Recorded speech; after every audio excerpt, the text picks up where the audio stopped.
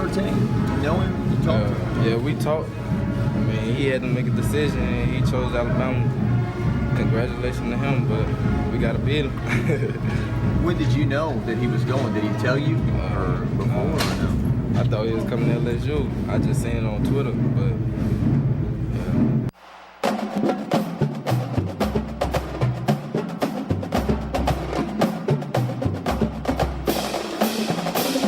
And welcome to this week's edition of Tigers Roar. I'm Tommy Bryson alongside Jordy Hultberg.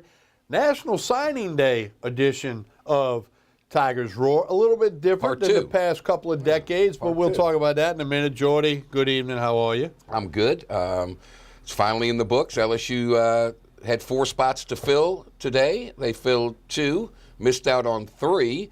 Be interesting to see what the fan base has to say about all that. I think the fans are a little upset, a little gloomy like the weather on Wednesday.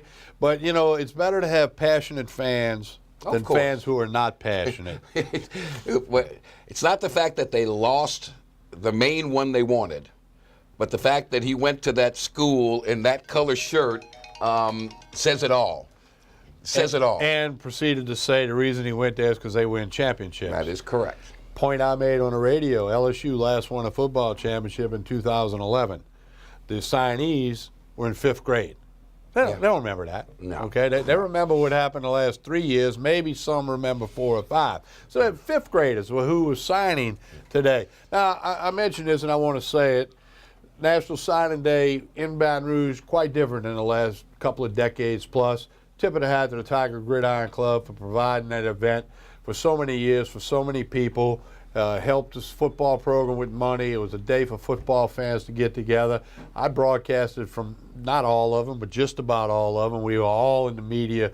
We're a part of the Gridiron Club bash. Obviously, the early signing period changed that, but I didn't want to go past this day without thanking those large group of guys for 22, 23 years of busting their butt to put together a great event enjoyed by thousands and thousands of dollars raised for the program. That being said, the LSU fans disappointed when, you know, a couple of the key targets, some verbal commitments for quite a while.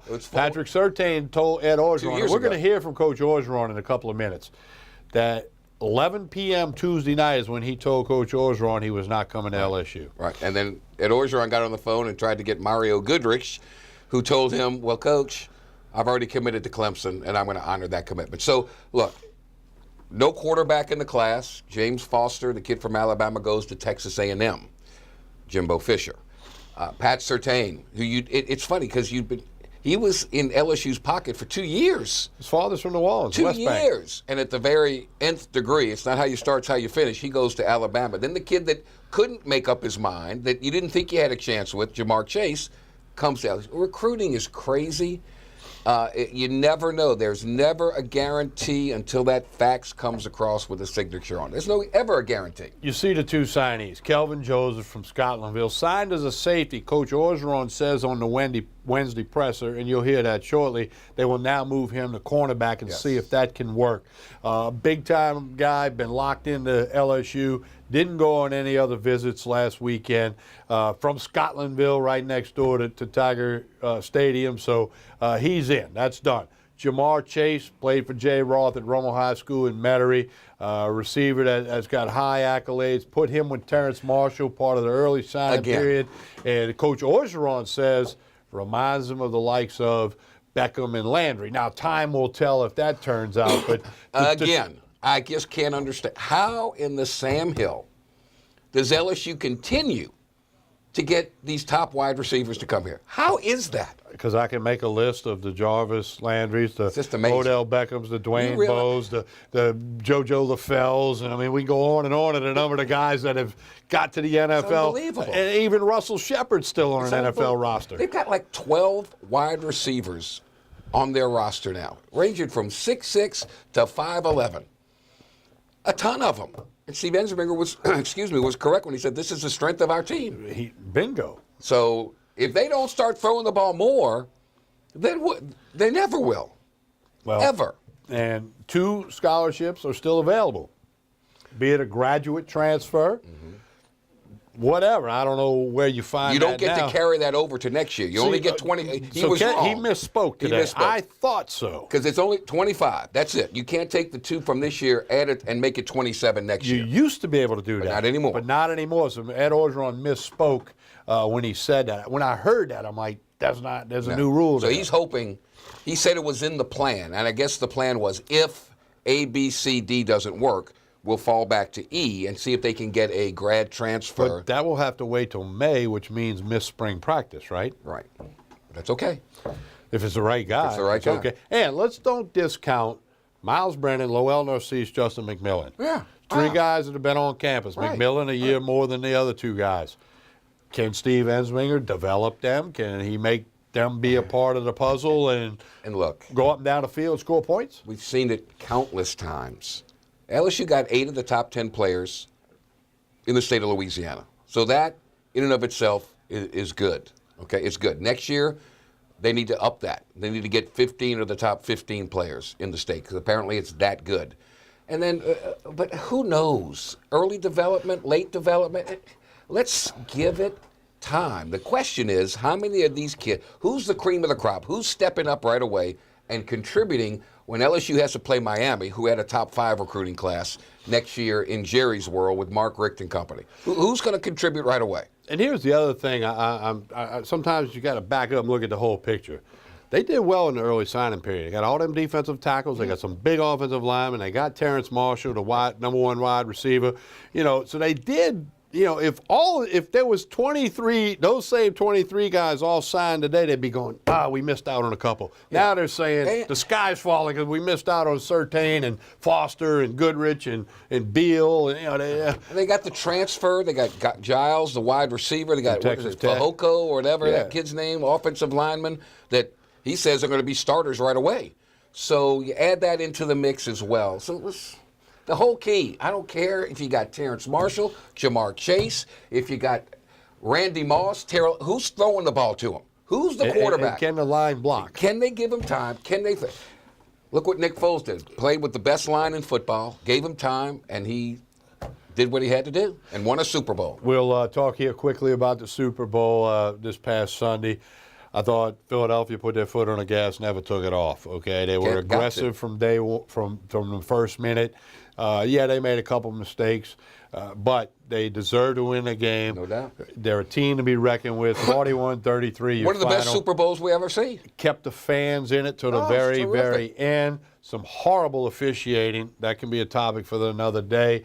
But nonetheless, the Eagles, for the first time ever, are Super Bowl champions. They were NFL champions So in glad they won. 1960, but they won. I'm very happy for Donnie Jones. Somebody And Jalen Mills, yeah. I've known Donnie since he was a kid, okay? And we're going to attempt to get him on this program in the next couple of weeks. But I was happy for him. He becomes the 14th LSU Tiger to have both a national championship ring and a Super Bowl ring. Only parted one That time many, in the game, 14. but he But held he held the extra. he held the all field the goals extra and points all and the that. field goals, Yeah. and very happy for Donnie. His children go to St. George, Yep. as yours do Yep. in Baton Rouge. So there was some good things about the Super Bowl. Now, here's my good thing for you. Okay. I was at a large party for the Super Bowl Okay. at a local watering hole and a food establishment, okay? I couldn't hear the announcers, the commercials, or the awful halftime show. And you loved it? I think that's how I will Awful? watch Awful? that's how I will. That's what everybody told me. Awful? That's how I will Come watch on. all Super Bowls going forward, where I can't hear anything. Obviously, I Okay. didn't take my eyes off the screen. Justin Timberlake was good. All right, let me ask you this: you're in charge. Who does Tommy Krysan want to be the halftime show next year? Super Bowl 53. Who do you want? Led Zeppelin. No. Who do you want? I guess no matter who you get, there's going to be people that don't like Of it, course, right? Okay. Of course. I mean, you going old school? You going? Who would you like? oh man, I could get Hank Williams Jr. That's fine with me. But Okay. anyway, that's a wide open question. Put Leonard Skinner up there. Super Bowl's in Miami next year? I have no idea. I think I read Miami. Give me No, Mar- it's in it. Give me Maroon 5. Is it in Atlanta? We'll look it up. It's in Atlanta. Is it? Atlanta next year. Okay. Give me Maroon 5. They're good. They got a lot of hit I'm songs. good with that. Yeah. Okay, but anyway, Anyhow. that was the Super Bowl. Okay, It team's is what good. it is, and the Eagles are the champions, and a team that will be among the very big time favorites going into next year. As will the Saints. The Saints will be up there in the A lot NFC, of no people question picking, about A lot it. of people picking the Saints against the Steelers, with the Saints winning the Super Bowl. I'd be happy with that. That's a little early for that. but, Well, it's always they always have those polls. As soon as the game is over, they start talking about the next year. As soon as Alabama beat Georgia, they had all the polls for next year in football. Yeah. We live in an immediate world, folks. That's what happens. Congrats! One of the better Super Bowls. It was, and you thought too much time left on the clock for Brady. Too much time Well, left. he slings the Hail Mary up there. They missed a penalty on that play, but he slings the Hail Mary up there, and anything can happen. The best play of the game was an illegal formation. Yeah. With Nick Foles catching that the that pass. shouldn't have been a touchdown. Yeah. And then Clemens didn't catch that ball in the back of the end zone. He did. Yeah, he did. Yeah, he did. Okay. Oh, gee, come on. Hey, They're going to change that a rule lot and of make it things easy. have to happen in the offseason for the NFL. They got to get rid of two words because nobody knows what a catch is. Catch? But there's two other words nobody knows what they mean. Football move. Yeah, Okay, how long is a piece of string? as long as it is. But you can't answer that because you don't have enough information, right? Well, I mean, look at it. Well, but If you catch it on the 5-yard line and take 2 steps and get in the end zone, that's probably a football move. I thought that should have been a touchdown as Yes. it was, but then so should have the guy in Pittsburgh. I know there was a different amount of steps. I thought, Cross the plane, touchdown. Boom, good. the NFL's got some issues they got to address off Sorry the for the field. cough. I apologize. And we'll just see how that goes. But anyway, the Eagles are the Super Bowl champs. Hey, let's tell you what we're going to have on this week's edition of Tigers Roar. We're going to let you hear in its entirety Coach Ed Orgeron from the presser on Wednesday afternoon talking about Ja'Marr Chase, talking about Kelvin Joseph, and then a bunch of really good pointed questions from the media. Also, tonight we'll see some video on Kelvin Joseph and Ja'Marr Chase. We've got some gymnastics for you. Paul Maneri and the baseball team continue to prepare. LSU tangling with Florida down in Gainesville as we speak. Won't have a final score before we're done with this effort today. We'll also have Mike Scarborough of TigerBait.com. Mike was present at the Wednesday afternoon press conference, so we'll get the bird's eye view from Mike and his thoughts on the signing or lack thereof, no quarterback. We'll kick it around with Mike as we've done each and every week here on Tigers Roar. They put all the recruiting sites together. They come up with a composite. LSU finishes 14th in the country, 4th in the SEC, behind that's the more Georgia, important number to me right now. Alabama, Auburn, LSU. Yeah, I think 4th in the SEC is a more We haven't important seen that in a number while. for LSU fans Haven't seen that in a while. than 15th, 14th in the country, whatever. Because the recipe play is all such. these teams. You got to go through the SEC West unless you're Alabama. And we last play year. all those teams next year. Yes. Georgia, Alabama, Auburn. Yep. So, And two of them, Georgia and Bama, come to Baton Rouge. yes. So Yes. toughest LSU football schedule ever, in my opinion. It's brutal. Not because Southeastern's on there, but everything else. Don't shortchange the Lions Watch out now. for Louisiana Tech. Strawberry Stadium, baby. Yeah, Don't shortchange the Lions. with a new coach. Okay. All right. Okay. How Break much money are they time. going to make for that? They don't have to travel, so this is really good for Southeast. I wonder what they make. It's a I'm short guessing- little bus ride. I'm guessing $500,000, and they'll need a Easy. hotel room. Yeah, just drive up, get the cash, and go. Yeah, they'll roll in, roll out. Take your with a beating. big check. Take your beating, get the money, and improve Strawberry Stadium. Yeah, that'll be the LSU home opener, by the way, on September 8th, if my memory serves me correct. Let's take a break, come back, don't go anywhere. Ed Orgeron in its entirety is right around the corner. Jordy you have some Holberg, scoop for Tommy us. Krysan. Spread the roar. You watching Tigers Roar on Pelican Sports TV. Stay with us. Did you pick the Eagles to win? No, I did not.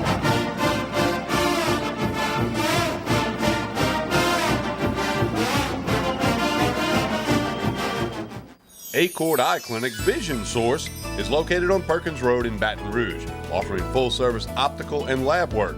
Dr. Shonda Acord and the professionally trained staff pride themselves on service, complete eye exams, help with contact lenses, and selection of frames featuring Silhouette, Gucci, Jimmy Choo, and all the top lines. State-of-the-art equipment including Optimap, which digitally photographs your retina.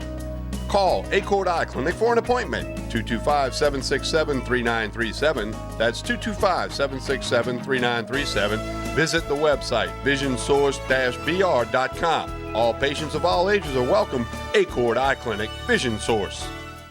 6, 5, 4, 3. I'm back. Roger Cador here. Come watch Clarence Bugs and I as we team up to bring up all of the positive things taking place at Southern University in the state of Louisiana. It can all be seen on the Pelican Sports. That's the best one. That's it. That's a wrap. That's a wrap. That's the best one. Hi, I'm Jordy Helper for Tremonti's Meat and Seafood Market at 12451 Old Jefferson Highway. Chairman's Reserve steaks, their pork, their chicken, their seafood, top of the line. Primo barbecue pits, Icy Tech coolers. They can go anywhere and cater anything for you. Go to 751-7665 to call Tremonti's Meat and Seafood Market, where good meat ain't cheap and cheap meat ain't good. Tremonti's Meat and Seafood Market.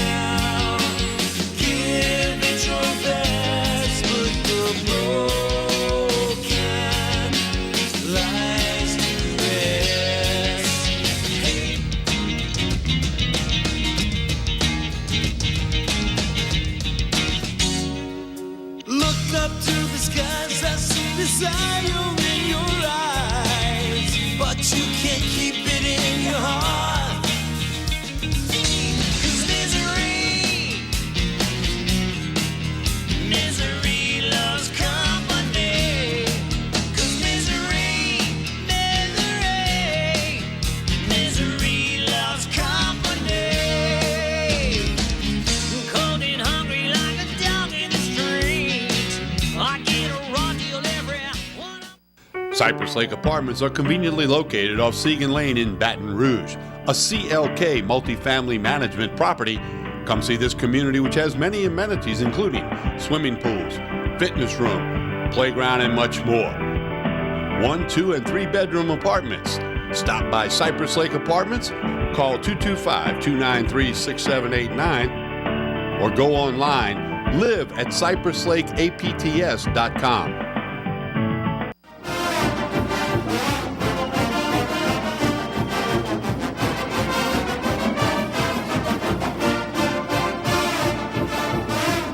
Again, I think if they sign the 23 signees all today and not 21 of them in December, and now attitude would be a little different. Maybe so. That's my opinion. Maybe so. You know, a little different. But don't underestimate losing Surtain to Alabama. Well, he's got to That's come. what everybody- He got to run out on the field this year. Right. And they got another kid that was an LSU Tiger, and Savion Smith, who left, went to junior college. Now he's at Alabama. Yeah. So anyway. we'll see. But anyway, if you're a Tiger Nick's fan, always involved with LSU. Somehow, some way, he's always got his fingers in the LSU pulse. if you're an LSU fan, you support Ed Orgeron, Ensminger, Aranda, the rest of the staff, and you hope that they develop and make it all happen. They've got from now to September 2nd when they play Miami to get all the pieces of the puzzle together. Absolutely. And you have to defer to them. They're all being paid well. They're coaches. They've got experience. Let's see what happens. We go through a 12-game schedule. Who knows what the mindset will be, right? Doesn't matter about now. No. Those 12 Saturdays, that's all that matters. That is what will matter. Now, Or is the Miami game on a Sunday? it's a Sunday. Sunday. Sunday night So in 11 Saturdays and Arlington. one Sunday, Yeah. yes. Yeah, no Thanksgiving, thank goodness. That was awful that one year at A&M when they did it on Thanksgiving night. But So anyway, on Wednesday afternoon, as scheduled, Coach Orgeron met with the media. He made some opening comments, including that of Kelvin Joseph from Scotlandville and Jamar Chase from Rummel. And then he took a lot of really good questions. Tiger fans, you don't want to miss this. Without any further ado, the head coach of the Tigers, Ed Orgeron.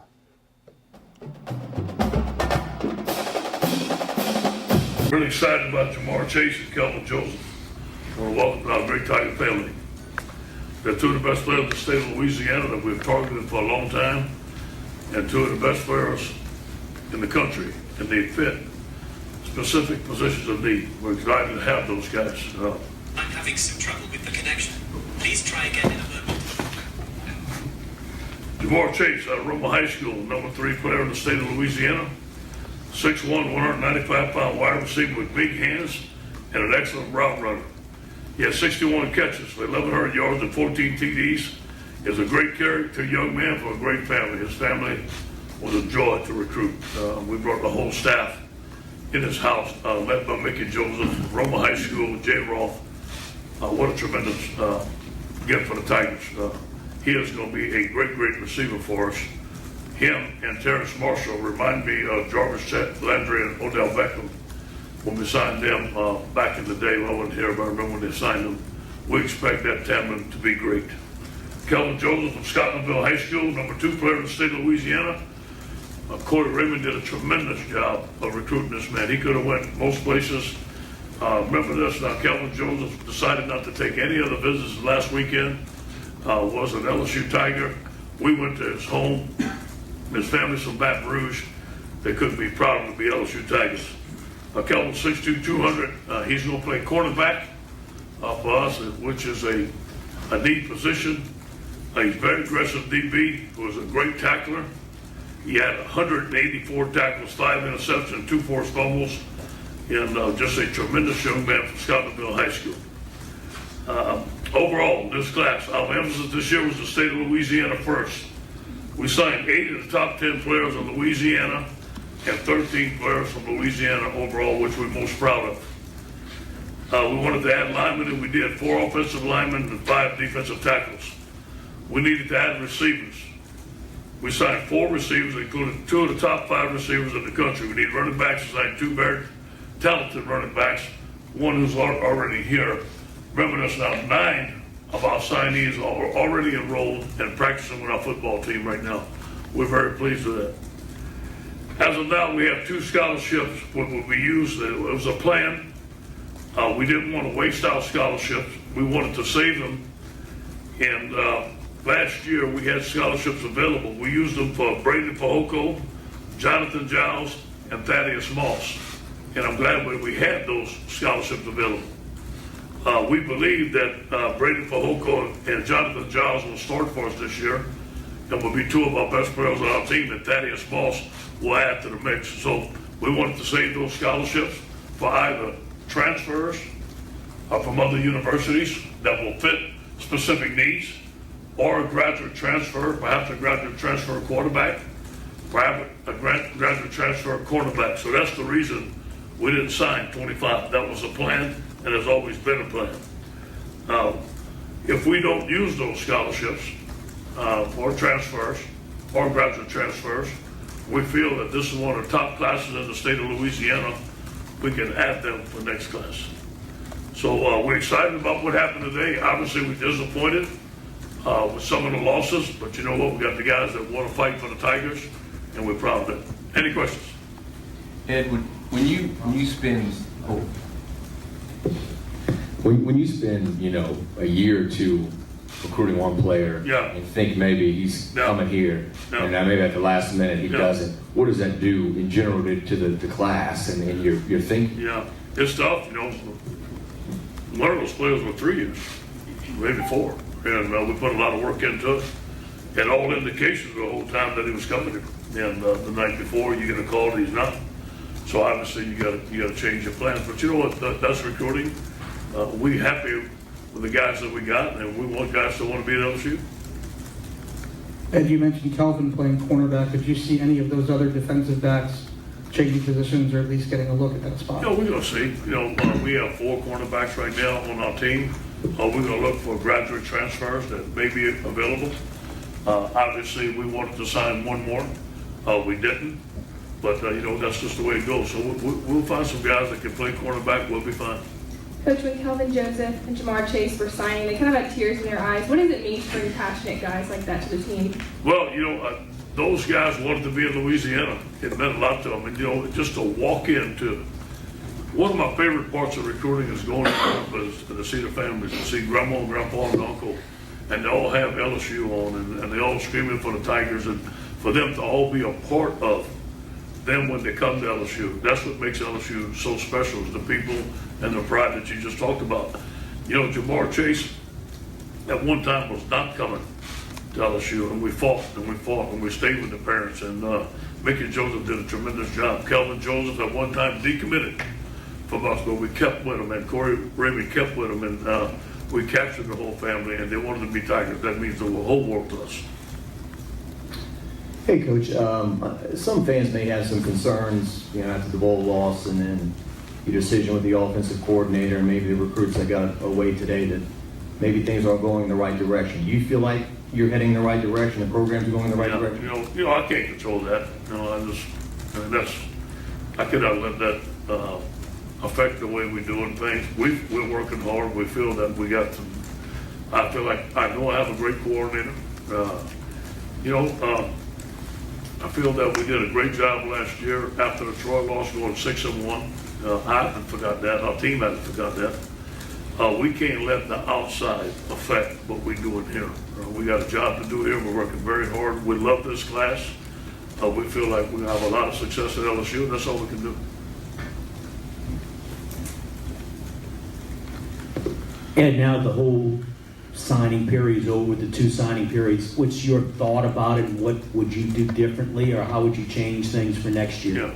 Well, here's being more selective as far as in the beginning of the recruiting period, because this year in the state of Louisiana, we feel that we have some of the top players in the country. So we're going to be more selective with our scholarships. We're going to fill specific needs. We're going to go to Houston a lot more. And I think that this year is a great year in Houston. We're already on top of some of the top players in Houston, in the state of Louisiana, in Mississippi, and Alabama. Stay close to home. All the players that we lost that didn't come here were from out of state. And we feel that if we do a good job in state, we'll be very successful at LSU. Coach, going into the 2018 class, where would you have ranked quarterback and cornerback on your list of needs and priorities as far as your position? Yeah. If you look at quarterback and cornerback, it was one of the things that we wanted to do with the last 4, no question.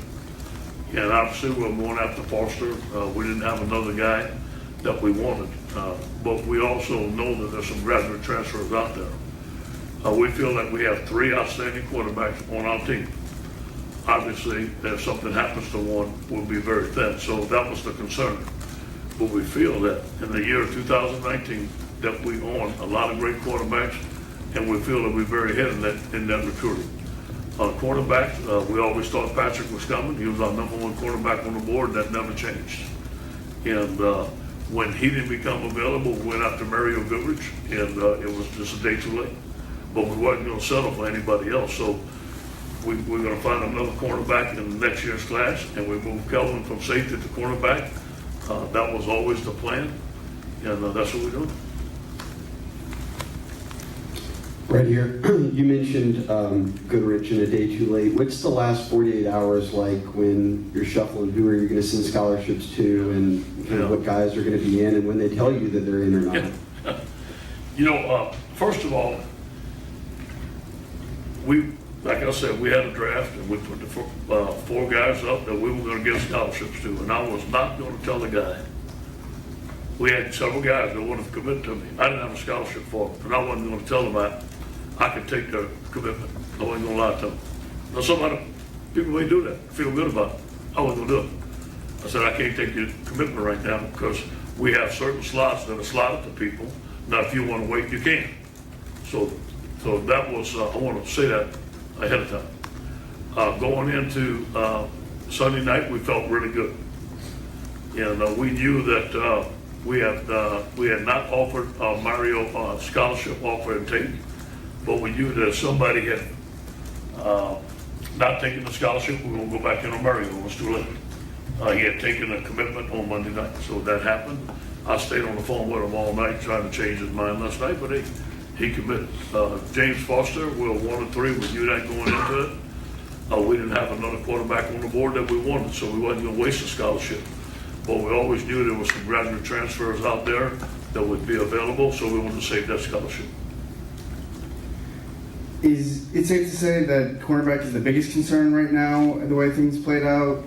Cornerback? Corner. Well, having Kelvin Joseph with us, we're going to put him at cornerback. So we were only going to sign 1 cornerback anyway, and it was always going to be Patrick. So Patrick then came, Kelvin was going to go to safety. So we moved Kelvin to cornerback, who he can play cornerback very well. So. Right now, with your coaches, do you plan on, I know there's a lot of changes sometimes post-signing day, do you plan on just having the 9 you have now and then adding No, we're gonna the have safeties guy? we're gonna add the 10th coach. We're gonna have a guy that fits our staff the best. We have some ideas in mind that should be happening soon. You talked a little bit about Jamar and Terrace, but when you couple them with Keenan and Jure, wide receivers in need for you guys, how confident are you in that group, or in a really young receiver room? Very confident in Jonathan Johnson. I mean, here's a guy that we couldn't cover last year. And if you can add him to that mix, so we have 5 new guys coming in. They all do things different. They're all very talented. Obviously, 4 of them are young. But I do believe having Terrence here early, I do believe that Jamar is very close to our program, that he can pick up things being in June. Keenan can too, so can Jure. All 4 of those guys are going to be expected to play next year. I feel that, 2 of them may start for us. I know that Jonathan Giles right now is on our starting roster on offense. He's one of our better players on offense, and I'm glad that we have him. And when did you learn that Pat wouldn't be coming? Last night at about 11 o'clock. What goes through a coach's mind when that happens? What do you immediately do? I get on the phone and start calling other people. You mentioned grad transfer quarterback earlier. Is that that's an open? I mean, you would take somebody? It all depends. It all depends who's available. That was always the plan. If James didn't come, that we weren't going to use that scholarship on anyone else. And we'll look for a grad transfer or another transfer. It all depends.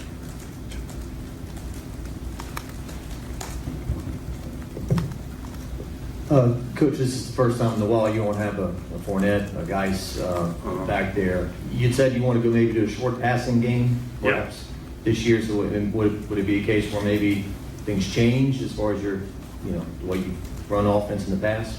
Maybe pass to set up the run, perhaps with a short passing game. Sure. Yeah, we want to be 50-50. Okay, and we have a 4 wide receiver set, 3 wide receiver set. We feel that the addition of these receivers is going to help us. It all depends what we have. It all depends what the defense gives us. But we've always wanted to be 50-50 since I've been here. Now I have Steve Ensminger, and I know he's going to do it. We have some quarterbacks that can throw the ball. And we feel that the addition of these receivers is going to help us. Rankings don't mean everything, but right now this is the lowest ranking you guys have nationally since 2005. What do you need to do to get back? Well, let me say this to you. Let's see what happens with this class. We have some defensive linemen, some offensive linemen who are very good. And I trust Von Rankins. And I chose this class. So I trust my ability to evaluate and to develop better than anybody else. So I'm not going to trust anybody else's evaluation. Now, we could have had a higher class. I understand that. We missed on some so-called guys, but to get 2 of the best receivers in the country, that's something we wanted to do. To get 5 defensive tackles, to sign 8 of the 10 guys in the state of Louisiana, we're proud of it. Do you think guys in the trenches aren't assessed as well as the skill position players? I don't know that. I don't know that. I've coached a couple of Hall of Famers that were 2 stars. So, who knows? Anything else? We talked about cornerback a lot. Yeah. You have one on your roster that was a couple years ago the top player in the state, Christian Fulton. What's kind of his status situation there? Yeah, we're going to have to see what happens with Christian. That's still up in there. Thanks, Coach. All right, guys. Thank you.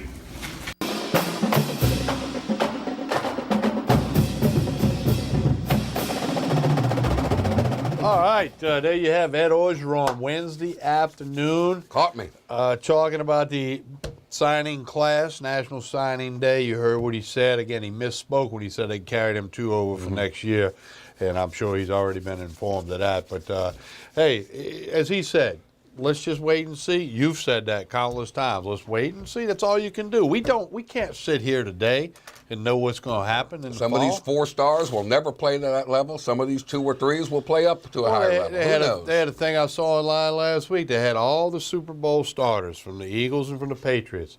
Some of them didn't have any stars. That's right. Okay, many of them had 3 stars. You had a handful of 5-star guys. Okay, Some kids develop later. Some kids develop now and peak. Others are still continuing. It's up to the coaches now to get these kids to maximize their potential. Yeah, that's the 2-part of recruiting. Get them on campus, make them better for the day they leave campus, whenever that might be. There's some kids you can see right away. You go, oh, yeah, can't miss. Right. There's some, but there's others you go, oh, you never know. Yeah, and I mean, Coach Orgeron made the point. You know, Warren Sapp was a 2-star guy. He's in the Hall of Fame now. Yeah. Regardless of what you think of Warren Sapp, he went from 2-star to the Hall of Fame, and I'm sure there are other examples of that. Got to measure that heart, you know. Got to measure that and desire, drive, determination, all those things. Many a 5-star that never made all conference. Nope. You know, wherever. So give it time. If you're an LSU fan, defer to the coaching staff, let them work their butts off, and then September 2 on a Sunday night against the Miami Hurricanes in Arlington, wanted to kick off classic things. We'll get part 1 of the 12-chapter book, chapter 1 of the 12-chapter book. I wish Miami was coming here, and then LSU would go to Coral Gables and play Miami the next year. I miss those home and away deals. I vote for that with you. I would agree with that. I don't like these neutral site games. Put it on the campus. Let the fans, LSU and all schools have a problem getting fans on campus. Yep. If you were playing Miami all at the home, good games are away. And then you got the dog games in Tiger Stadium. Who cares? I mean, Southeastern and Rice, they're not going to fill the stadium for those games. Not even close, right? Southeastern's the home opener, Rice is later in the year. Miami'd be over 100,000, be packed. Season opener, Tiger Stadium, and then go the next year and play over there. We're going to take a break. When we come back, Mike Scarborough, TigerBait.com, he was on hand for the presser today. We'll get the bird's eye view and Mike's thoughts on the signing class. With Jordy Hultberg, I'm Tommy Krysan. You're watching Tigers Roar on Pelican Sports TV. Stay with us.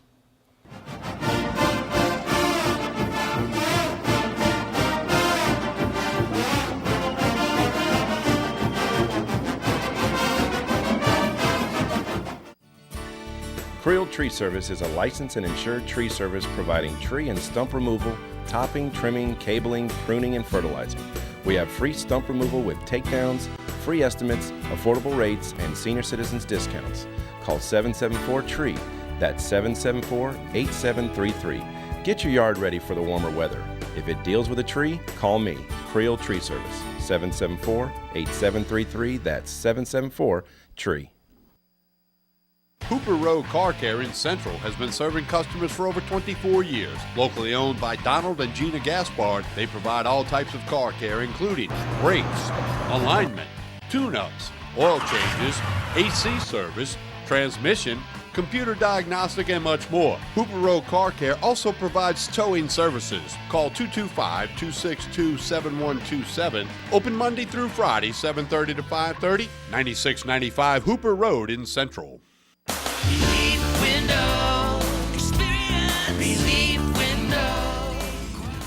When my wife and I started Relief Windows, what we were trying to do, what our goal was to give a quality job to a homeowner. Everybody's scared of contractors. We wanted to change the mold of what that is. Not showing up on time, not answering the phone, somebody running with your money. The reason why you should pick Relief Windows to do your renovation of your home, windows, doors, hardy plank, or siding, is because of the experience, quality service of our company. Service is everything we have. It's the foundation of our company. We're going to show up on time. We're going to do the job right. Over 60% of our customers is customer referral. We're a local company here in Baton Rouge, built in Baton Rouge, staying in Baton Rouge. Okay. The job's not done until you're happy and we're happy. It's built the old-fashioned way, with a handshake. Here at Relief Windows, it's an honor to be official window, door, and siding company of LSU Athletics, from one winning team to another.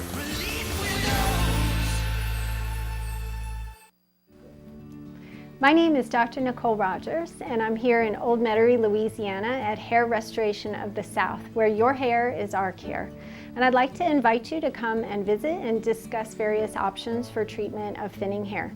These can include both medical and surgical options. You don't have to go straight to surgery. In the meantime, feel free to check out our website, hairrestorationofthesouth.com, and we look forward to seeing you soon. is an important announcement. If you're between 50 and 85 and worried about your loved ones, you can still get affordable life insurance for peace of mind. My life insurance coverage is guaranteed, and I was not required to get a medical exam. I had high blood pressure and diabetes, and I got my coverage with one telephone call. No exam necessary. I'm a smoker, and I wanted to take care of my family. I called to get my life insurance and my affairs in order. I wanted to do the right thing. Call Final Expense No Exam Insurance. Your rates are guaranteed and will never increase. I called and learned that this insurance cannot be canceled even if you get sick or gain weight. And there are no restrictions on how my beneficiaries use the money when I'm gone. Approval was easy, and the price was right. I wanted to do this for my children. Call 800-654-9927, 800-654-9927.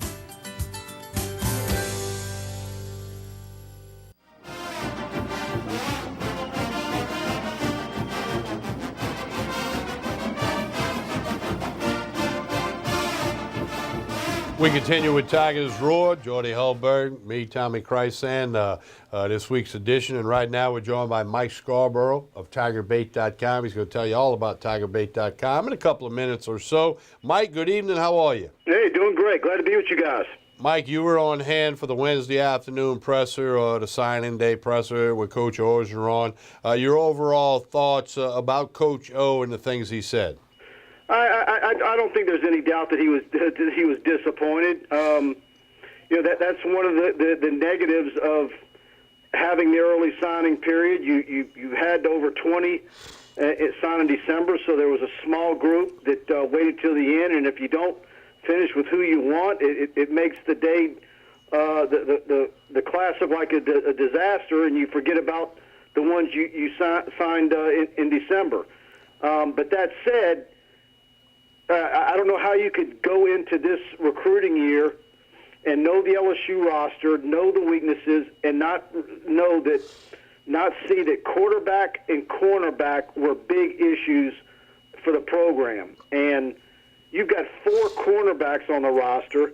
Now you're talking about Kelvin Joseph, who I've seen in 7-on-7s, and I think he's a safety. I've seen him struggle as a corner in coverage.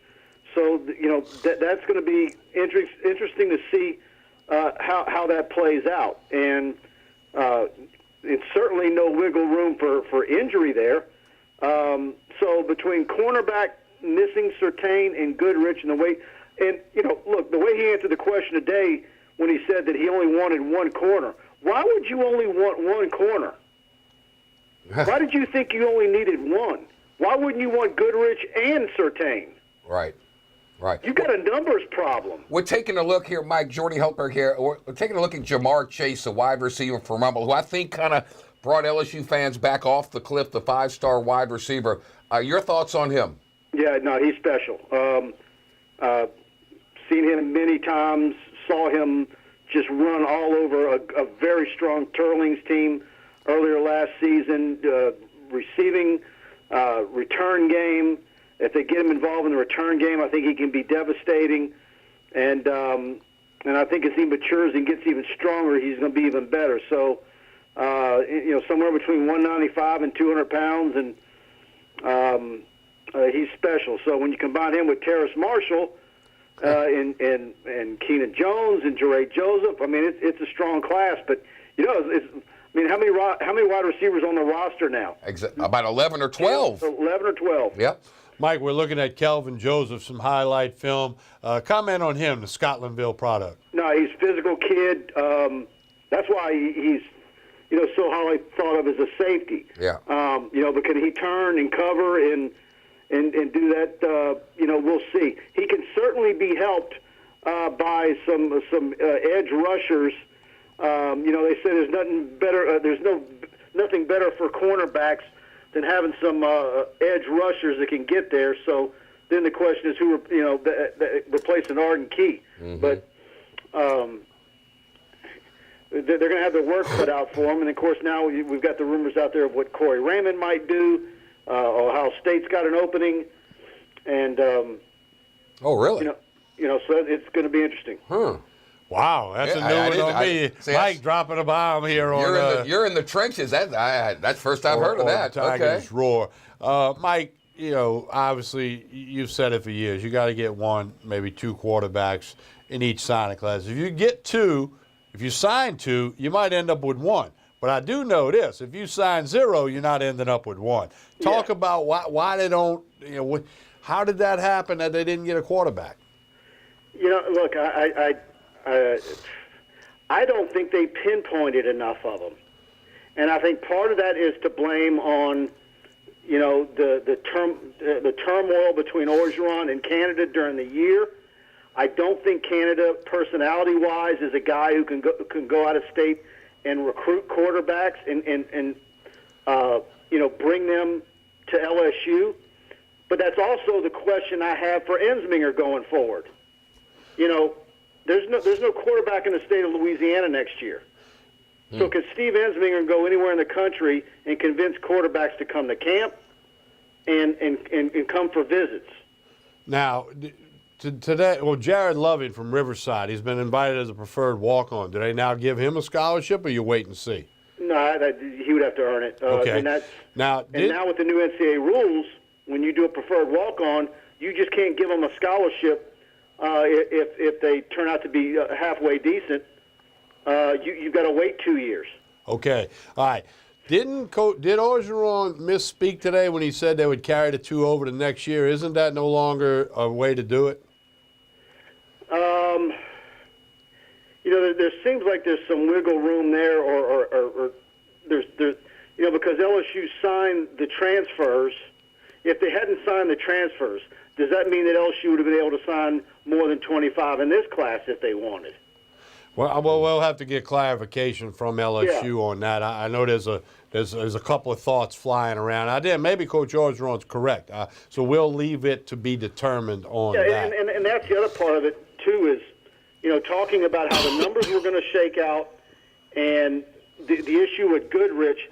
First of all, he said he didn't know till last night at 11 o'clock that Surtain was going to sign with Alabama, and then he tried to get Goodrich. I think they should have signed both of them anyways. Goodrich should have had a committable offer weeks ago, a month ago. Or if you want to say, well, it was because they wanted the quarterback Foster. Well, most people knew weeks ago that they weren't going to get Foster either. Right. So that's part of recruiting. On top of that, it also goes back to what happened in December, and them not realizing and then lying to the media beforehand that the kicker was going to count against the class because they didn't do their homework and talk to compliance about it. Right. And they were warned. And by the way, they were warned about it.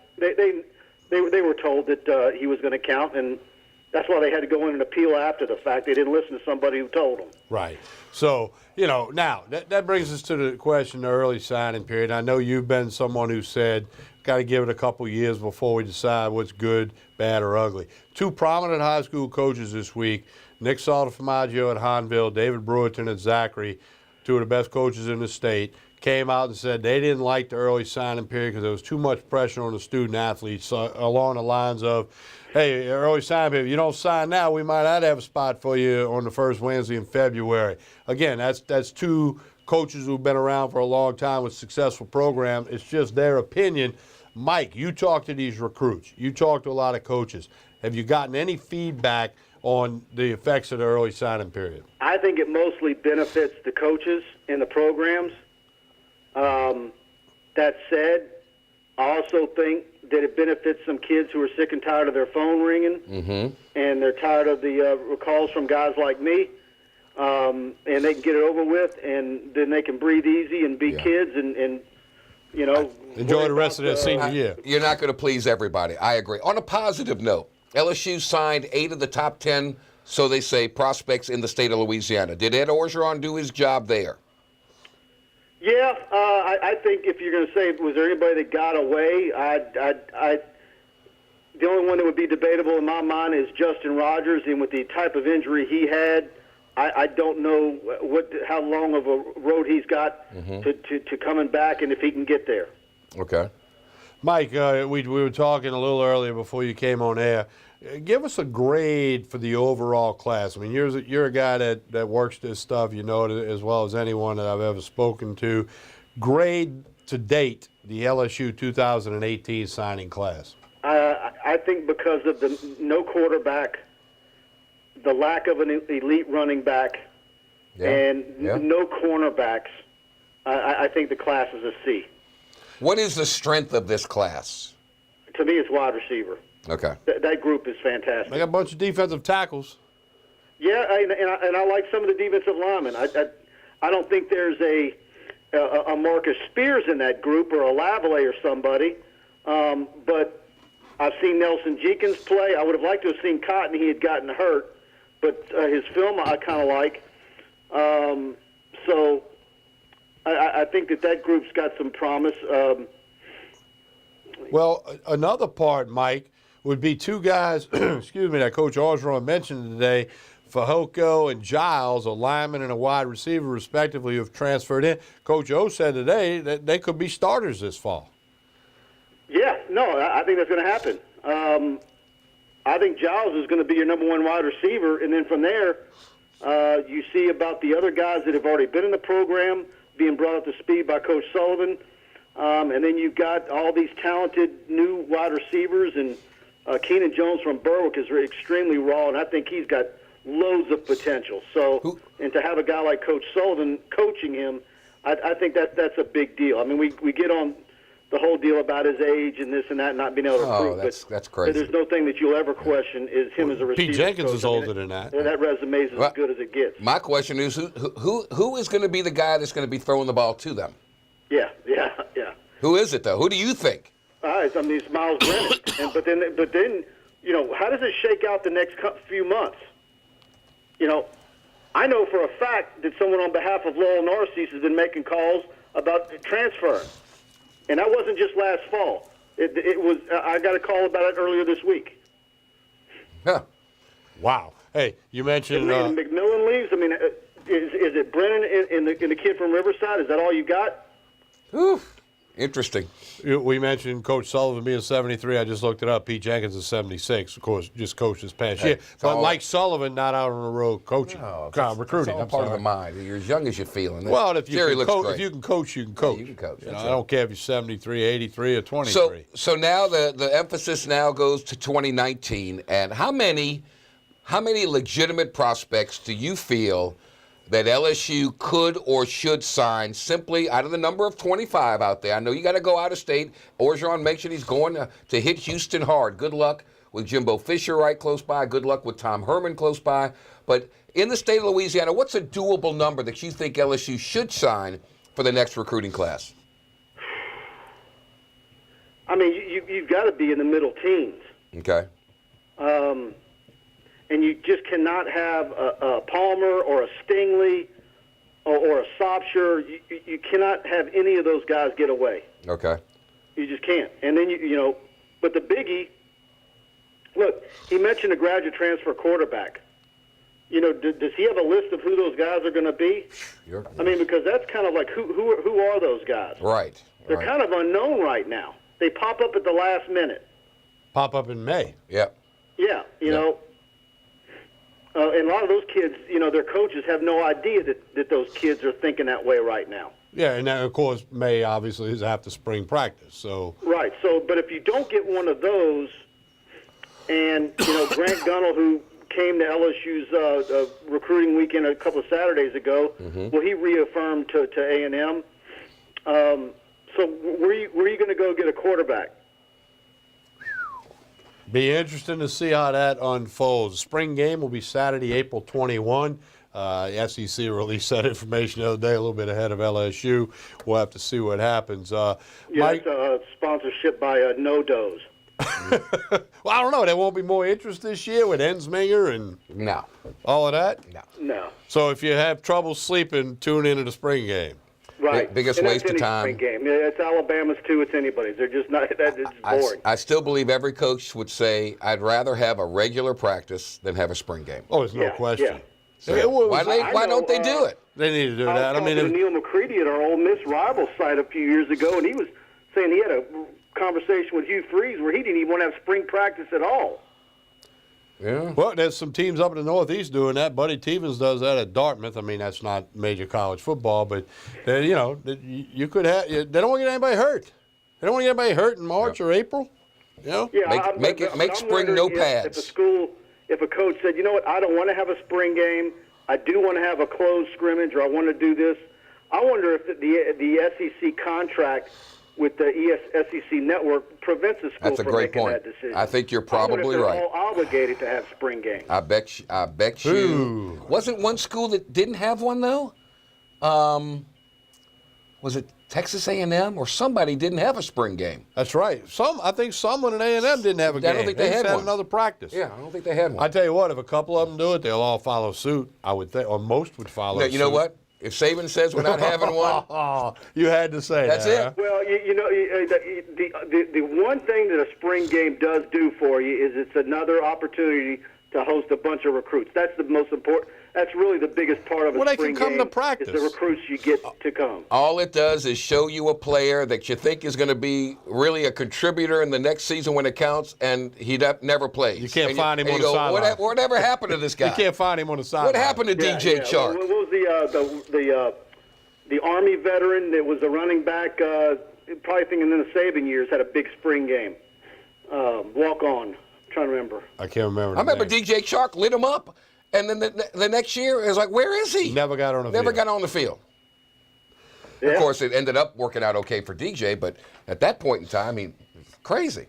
All right, Crazy. Mike, good stuff as always. Take a vacation now. Go take a vacation. He's working on. There's no vacations. The 19th stuff's about to kick into a high gear in the next day or two. So. Oh, my gosh. Mike, tell us everything that's happening at tigerbait.com and why people should subscribe today. Basketball game going on right now, and we're going to wrap up this 18 class, and we're working on 19 and 20, and of course baseball, basketball recruiting. We got it all for you at tigerbait.com.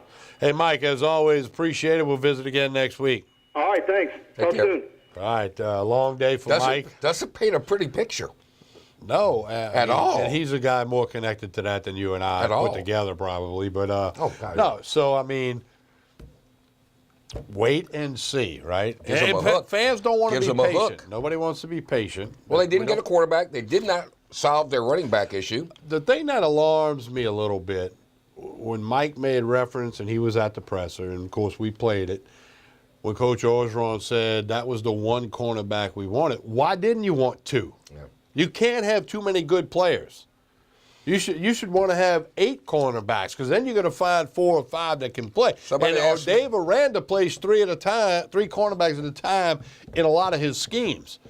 So if you only got 4, or 5, and move Joseph. Mike doesn't think they can move Joseph. Don't you understand? They say things thinking that people aren't going to delve and analyze. They just want to. That's a mistake that coaches at all levels make now. Fans know far more about the game than they did 30 years ago, 20 years ago. They know that Dave Aranda runs 3 cornerbacks in a lot of his defensive schemes. 30 years ago, they didn't know what a cover 2 was or the drop linebacker. They didn't know any of that. They didn't know what a stunt was. The way offenses are geared today, you can't have enough corners. Somebody asked me, should the Saints get Malcolm Butler from the Patriots? Had never played but one play. Yes. Yeah, get him. You can't have too many good get players. Enough of them. Teams wide up with 4 and 5 wide receivers, and these little guys are going crisscross. You better have guys that can cover. Right. You can't get enough. Yeah, or offset it with an incredible rush.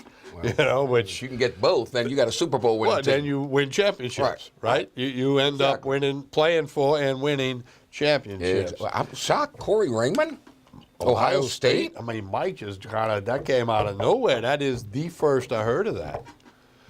But that's typical after signing day.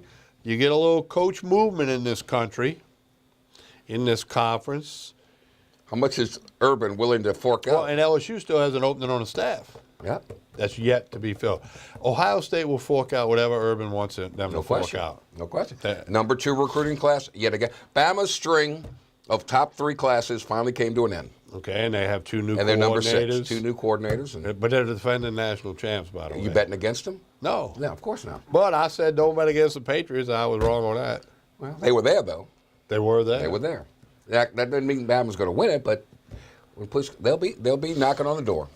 Wow. Hey, Jordy, LSU and Florida tangling in hoops right now. How about Will Wade pulling one out of Dean Smith's book, locks the players out of the locker room, makes them do their own laundry, feeds them ham and cheese instead of the normal spread because they weren't hungry enough. They didn't deserve to wear LSU. They didn't deserve to step foot in the locker room. Now, that's an old trick used by many, and Dean Smith might have been the first way back in the day. But they did respond with that win against Arkansas. I've seen teams where you don't hand out the practice equipment. You go, whatever you got in your room, you put on, and we go play. So, yeah. You take a look at LSU tangling with Florida as we speak down in Gainesville. 13-9 overall, 4-6 in league. Played a nice win over Arkansas at the PMAC. Back in the PMAC this Saturday, a 3 o'clock tip against Ole Miss.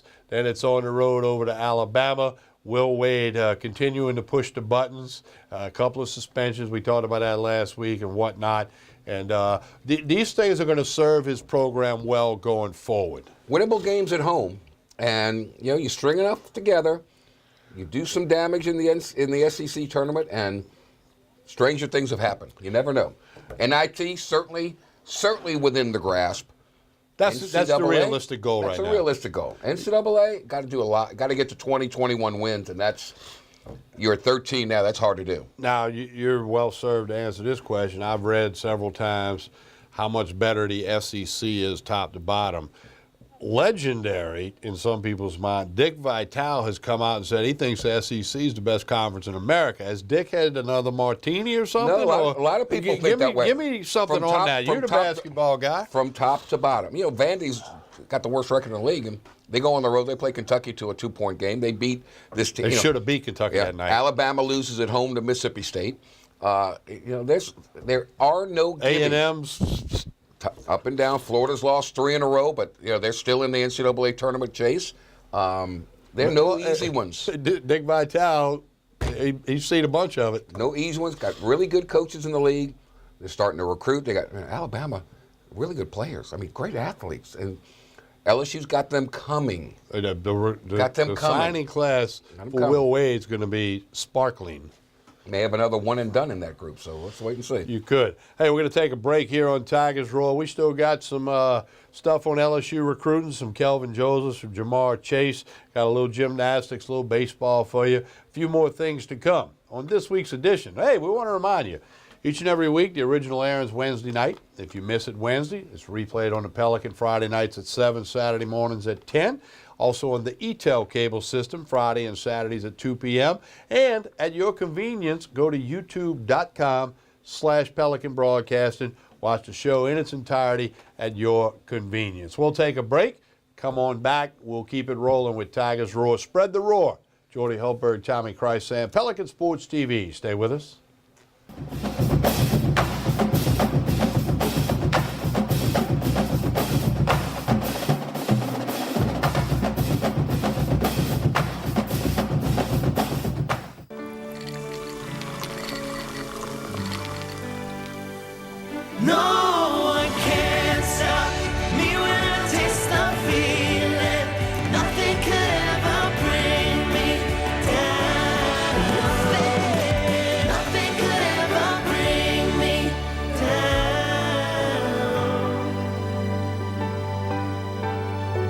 Taste the feeling.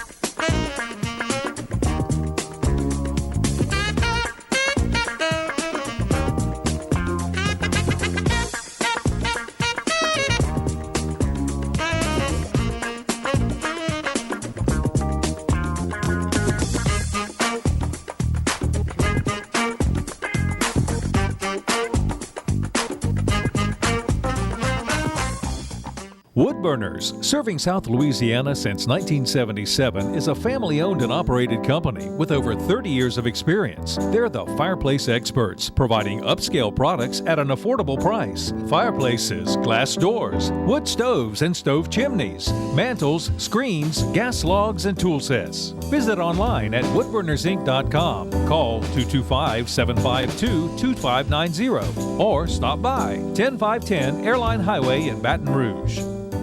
Hi, I'm Roger Kador. I'm here to tell you about Smith, Shanklin, and Sosa. You won't find them on billboards, but you'll find them in the courtroom where real lawyers are. You see, billboards do not solve cases. Real trial lawyers do. So if you're hurt and need a lawyer, call 225-223-6333. Hi, I am Dr. Farrell Frugier Jr., and I am a general dentist at Frugier Family Dentistry. I was born and raised in Baton Rouge, Louisiana. I went to Catholic High School, LSU, and LSU School of Dentistry in New Orleans, where I received my DDS degree in 1986. I always have and will continue to be committed to continuing my education, to invest in technology which makes the diagnosis and delivery of dentistry more thorough, more comfortable, and more aesthetically pleasing. In our practice, we are here to serve the patients. We want to improve their quality of life and to develop relationships with our patients. In dentistry, we have a chance to impact lives on a daily basis, not just by doing dentistry, but by getting to know them and being a part of their life. We also believe in giving back to our community. So every year, we give back to the Greater Baton Rouge Food Bank, Toys for Tots, and Mary Bird Perkins Cancer Center. Please stop by and visit our office. We would love to take care of you and your family. For Total Home Pest Control, who are you going to call? Call the Bug Man, 923-BUGS. For total pest control for your home or business, call the original Salvant. Call the Bug Man today, 923-BUGS.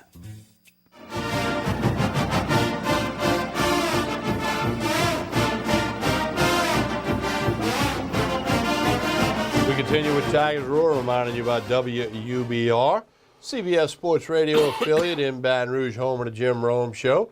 As I've mentioned, we have a new app under construction. As soon as we can tell you about it, we will. It'll be free. It'll be a great way to keep up with the radio and Pelican Sports TV. The local lineup on the weekdays features Jordy Hultberg, Mr. Buddy Sanji, myself, Dave Scandaliato on Fridays from Las Vegas with all your wagering information. Saturday mornings, Carlos Brown, the franchise from 10 a.m. to 12 noon. On the weeknights, Louisiana Music Hall of Fame Radio, hosted by Mike Shepard. And coming up this spring, summer, fall, select games from the world champion Houston Astros right here on 9:10 a.m. WUBR, CBS Sports Radio. Get us on the apps. New app coming out soon. We're going to be on all of it for a little while everybody transitions. When do they report for spring training? About 10 days, pitchers and catchers hit in, usually 15th, 16th of February. Jordy, tell us about your radio program in the Lafayette market, which, of course, our TV show airs there and has for 11 years now. Monday through Friday from 2 to 4 p.m. on 103.7 The Game, 103.7thegame.com, Acadiana's sports station. They have Astro games, too, I want to say. They are the LSU radio affiliate in the Lafayette area as well. So Lafayette, they get a little fired up about Billy Napier over there. They had a decent signing class. 16 signatures on the dotted line. You know, he got the job 5 days before the December 20th signing date. He said, it's like marrying a girl you've never dated before. I don't have a staff together. I can't do that to these kids. So, but, you know, he's got those Alabama roots in him, and he signed some kids from over there. I saw that. Of course, he got Ron Roberts from Southeastern, the head coach of the Lions, to now be his defensive coordinator. Right. And Ron Roberts spent 6 years at Southeastern, so he's got a network of recruiting. And Ron was in the state of Mississippi before that. Mm-hmm. So, you know, they were able to put some guys together, and we'll see what Billy Napier can do with the Raging Cajun program. That's right. Tulane.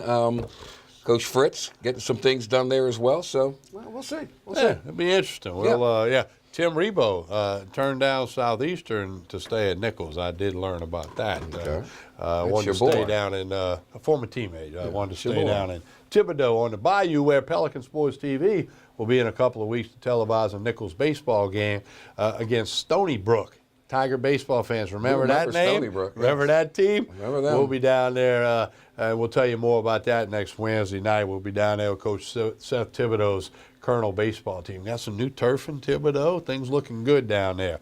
Back to LSU football. Today, on National Signing Day, they signed Kelvin Joseph from Scotlandville, Jamar Chase from Rummel. Two highly touted guys who could very well be on the field this fall, be it special teams, be it on regular snaps.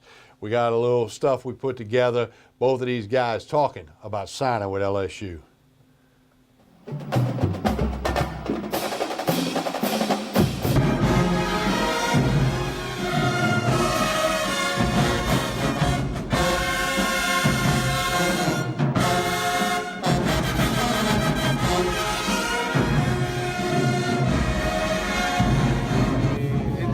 Great feeling, like everybody not blessed with this opportunity, and I just thank God for this.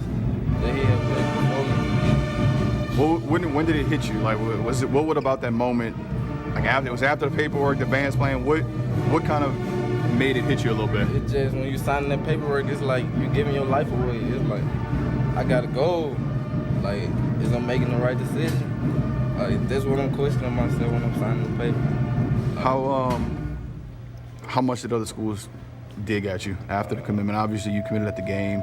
How much have they been kind of digging at you to kind of? Everybody was really after me. It was just, I had to choose one, and I just prayed about it, and I felt like LSU was the best choice for me. When were you 100% sure this is what you were doing? All-American game. That's when you? Yeah, I was just thinking about it, and they asked me to commit on TV, and I just was thinking about it, and I just made a final. Right now, LSU they lost out on some targets this morning.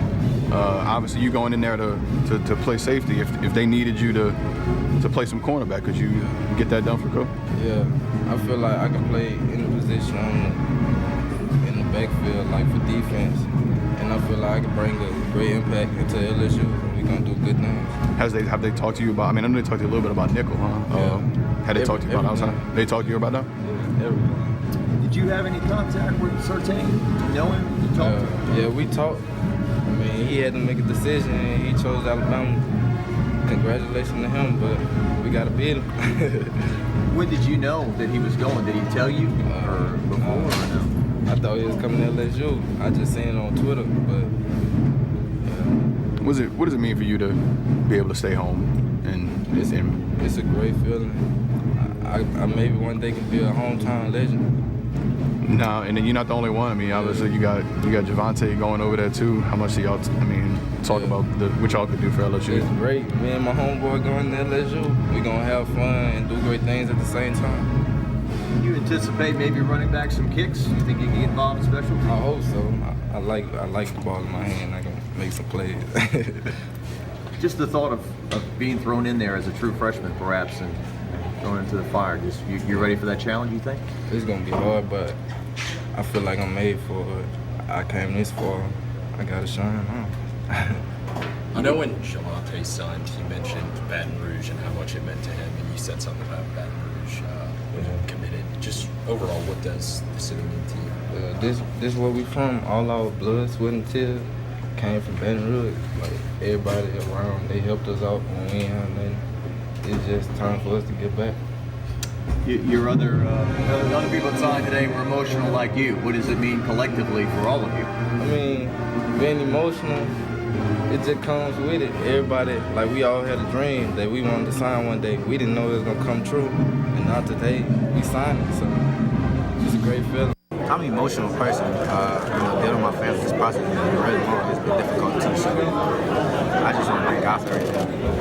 How long did you meet with Coach Ensminger, and how much did you guys go over everything? I got up there that Saturday morning, and then after that we just hung out until Sunday, and then when I got back home, they didn't stop calling. So, but Auburn was a good trip for me. You know, I liked that I had a good time, but I chose LSU first. What was it like having the whole coaching staff visit you, and how much of a role did that play? I didn't expect everybody to come like that. I thought it was usually like 4 or 5 people on offense, but the whole defense and the special teams go there. So that was pretty nice for me. How much did Christian influence you to didn't play a role at all. You know, he just told me make the best decision for me and my family. You know, and then after my decision, he congratulated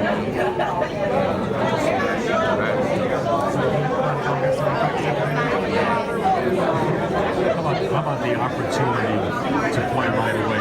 Jamar, they have kind of a real opportunity for you to come in right away. Is that a part of it? Right, that's a big part. That's a big part of it. That in Auburn, you know, I still could have the same thing, but I just don't know. How much have you been in touch with Terrace, and are you guys friends now? Yeah, we've been friends, but I haven't really been talking to Terrace. He told me yesterday, good luck and congrats and everything. Both went through knee injuries. This was a little bit more severe, so you can relate, right? Yeah.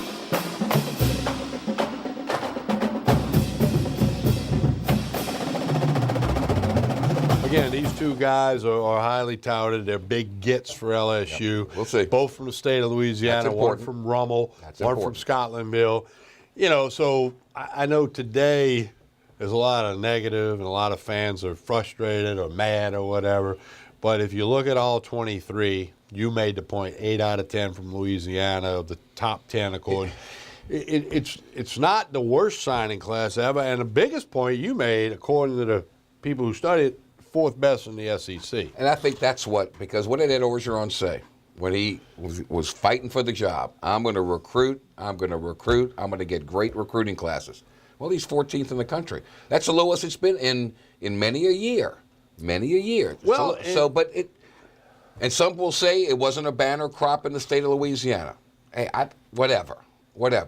It is what it is, and let's see, maybe the 14th class now becomes the 4th class in 2 or 3 years. You never know. And let's point out this. The 3 SEC teams that are ahead of LSU in these rankings, Auburn, Alabama, and Georgia, most reasonable, objective people would say those 3 teams were better than LSU last year on the field. Yep. So maybe they stayed par with where they were on the field last year. Now the variable is Florida better with Dan Mullen? It used to be. Is A&M better with Fisher? Does Arkansas rally behind Morris? I mean, it's going to get tougher and tougher and tougher. It used to be LSU and Alabama fighting for supremacy, and Alabama would do it, but LSU would be right on their heels.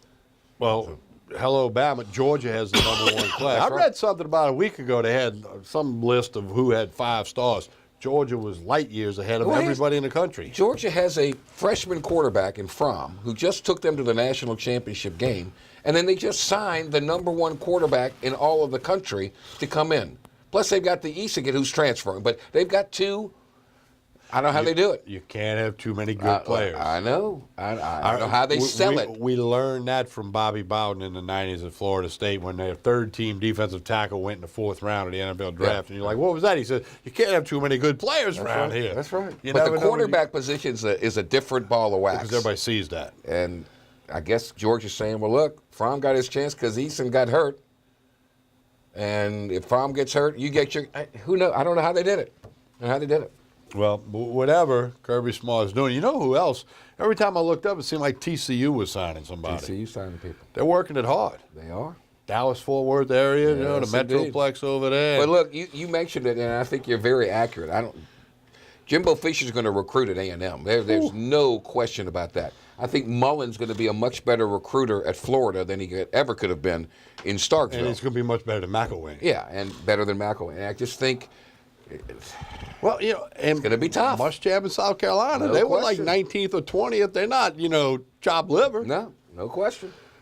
SEC, best conference. It just means more. There you go. You need to audition for that part. No, that girl's better looking than you. Yeah, absolutely. But look, football, baseball, softball, gymnastics, clearly the best conferences in America. Well, basketball's going to have women's basketball, clearly the best. Basketball's going to have 8 teams in the tournament. It just means more. They're the best conference in America, top to bottom. 40 million reasons. 40 million reasons per school is why it just means more. 40 million. I think I'm accurate to say when you played basketball at LSU, the entire budget was not $40 million. I think I'm accurate to say that. You're probably right. Hey, we're going to take a break. We're going to talk about some of the other things, some little gymnastics, a little baseball to come for you here on this week's edition of Tigers Roar. Jordy Hultberg, Tommy Christ, and Spread the Roar. We'll be right back. Stay with us.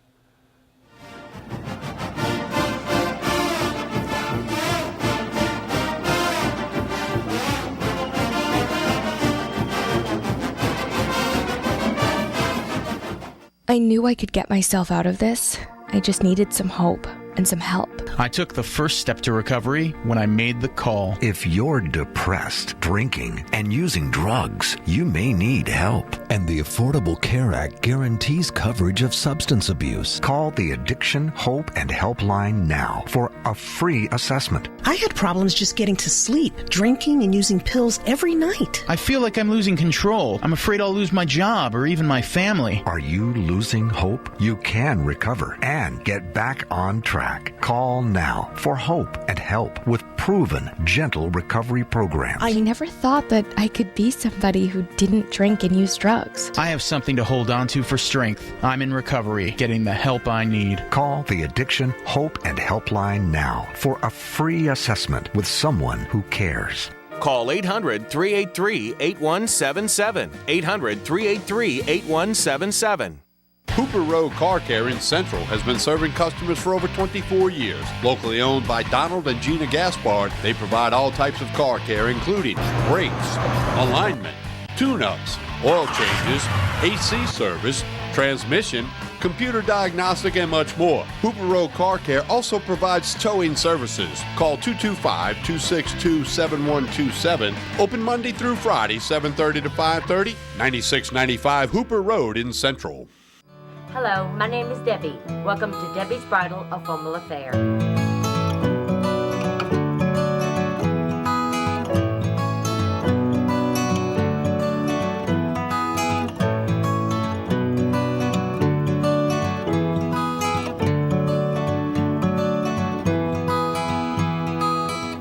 My name is Raven. I work at Debbie's Bridal and she makes your dreams come true.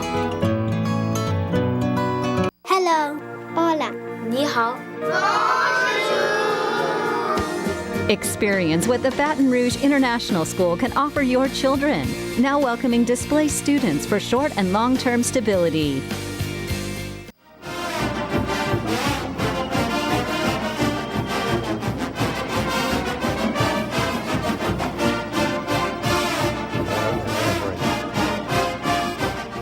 We continue here with Tigers Roar on a Wednesday night. Don't forget to get us on YouTube, youtube.com/Pelican Broadcasting.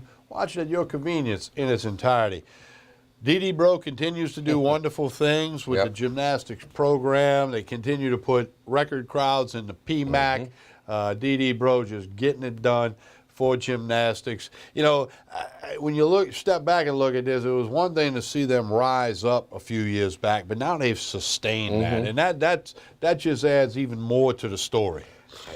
Yes, sustained success. They've got so many things going from that practice facility, the SEC network giving more exposure to gymnastics around the country. And she's relentless in the recruiting. Now, I don't know if you saw this. They are building a new sand beach volleyball at the old Dub facility just to that would be the north of the gymnastics practice It's facility. the old Dub Robinson the old tennis course. And softball's getting a new performance center, double-decker. They're going to have a weight room specifically for them with cardio and weights and everything. They got an indoor facility where it rains. They can still play and do everything they want. So, well, 3 straight trips with to sustained Oklahoma City. success. 3 straight trips to You get the Oklahoma perks. City. You get the perks. All right, question for you. Did you ever do the tennis thing, you know? You played a little tennis in your day? I'm a topspin forehand and a cut slice. Were you any good? I was okay. You middle of the road? Yeah, I could handle myself. Okay. I'm just kidding. I mean, you were very, very athletic. I know that. So my knees are shot now. When you mentioned Dub Robinson, I just figured you may have traipsed out there once or twice, absolutely. and there was probably a female on the other side of the net. But this is true. This is true. No, very true. Didn't have to talk much, and you got a good exercise, and it had fun. It was good. Yeah, it's a good deal. To hit the ball over the net. Well, you know me well. DD Bro, let's hear from her, and then how about the SEC Gymnast of the Week, Maya Hamrick? They just continue, and it's almost like it's a different SEC star for them each and every week. That's true. That bodes well. that talks depth. You can't have too many players, or you can't have too many gymnasts. That's right. Here's a little something for you on LSU gymnastics.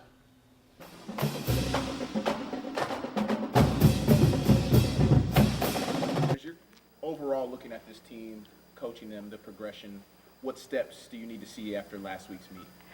Well, eliminate the errors. You know, we got to put together a complete meet, which we don't feel like we've done. You know, our first meet, we felt like we had some consistency moving forward, and then we've gotten into a little place where we're having mistakes and digging holes and then having to get out of them.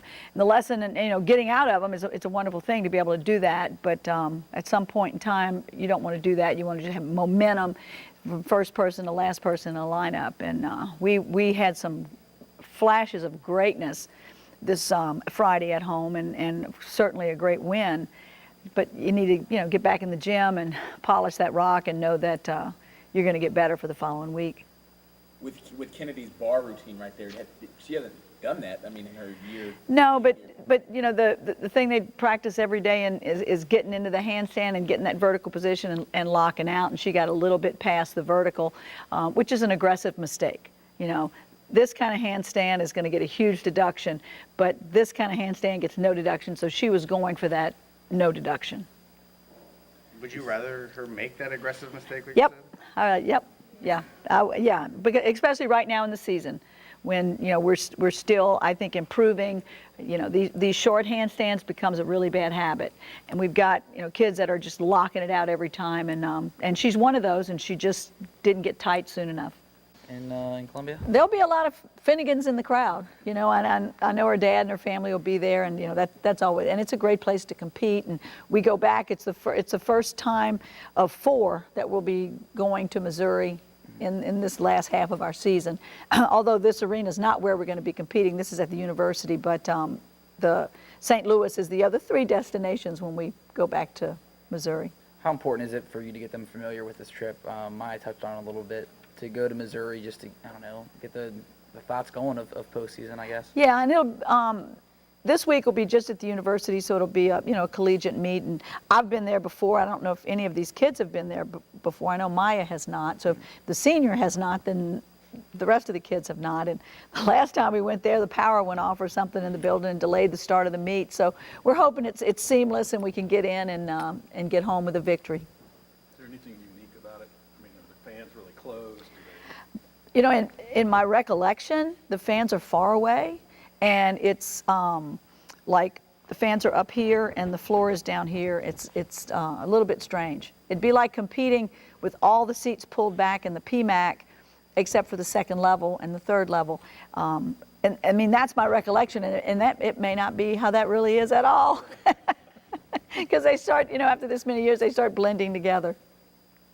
What does it say about this team that you can still have those kind of like stumbles and still finish 197 plus every week? Well, it tells you that we're talented and we're deep and we're still exercising depth. I've got a couple of kids that I would still like to get in the floor lineup, and consistency wins. And we've not yet had a complete consistent meet, and they continue to fight. I mean, this is a group of kids that really, they love what they're doing. They love LSU, and they come in the gym every day and try to get that much better. What is that 197? Are you guys in that arena, and then just with that, you know, that yeah. Well, this one we're gonna go to Columbia, so it's not the same arena. It's I mean, but it's the same sort of trip because it's, you know, to Missouri and everything. And I mean, the coaches have done that by design because our postseason is basically in Missouri. So they wanted to get us used to that trip, just what it's like going there and coming back and everything. So, I mean, I think we're comfortable, I guess you could say, but this team does a really good job of adapting regardless of what's going on. So, I mean, yeah. When you go into an opponent's home floor, is it kind of like an us against the world mentality? What does that do for the team as opposed to being in the PMAC and the comfort? Yeah.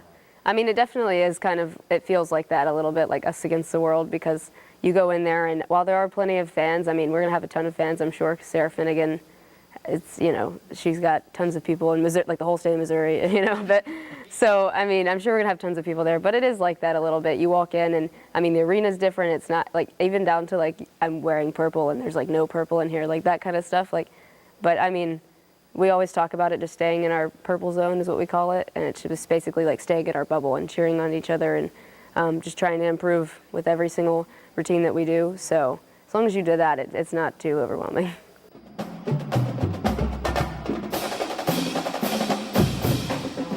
Once again, gymnastics continues to perform at the utmost level, and plenty of people are getting out to the PMAC. If you haven't, you probably need to check it out.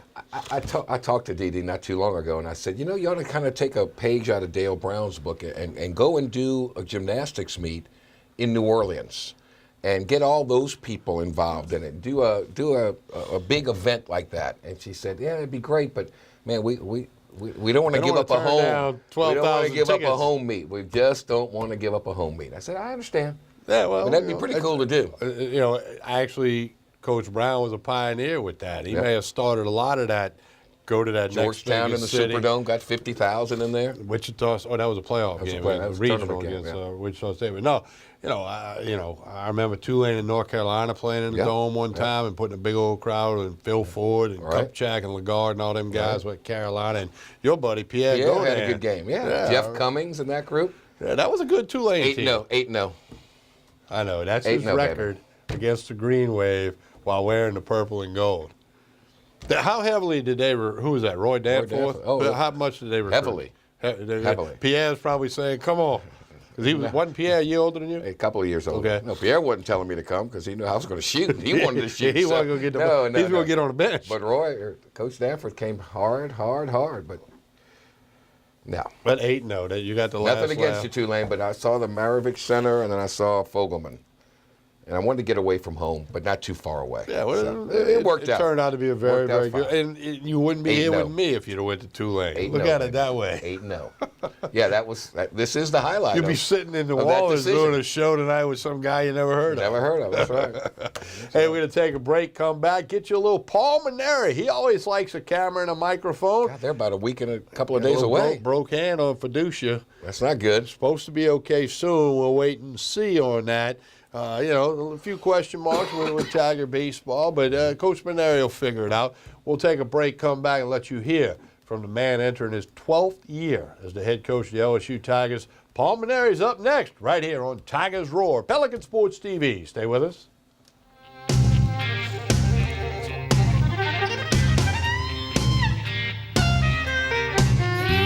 Surfing through the channels with his little remote. Between Monday night football and Friday night fights, I'm lucky if I get to see a show that I like.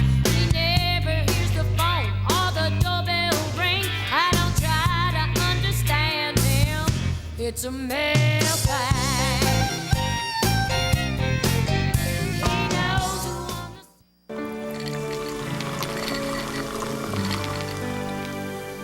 the... No!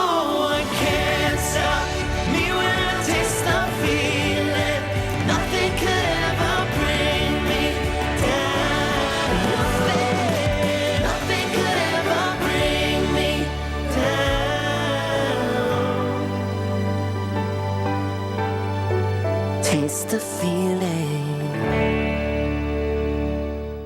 Woodburners, serving South Louisiana since 1977, is a family-owned and operated company with over 30 years of experience. They're the fireplace experts, providing upscale products at an affordable price. Fireplaces, glass doors, wood stoves and stove chimneys, mantles, screens, gas logs, and tool sets. Visit online at woodburnersinc.com. Call 225-752-2590 or stop by 10510 Airline Highway in Baton Rouge.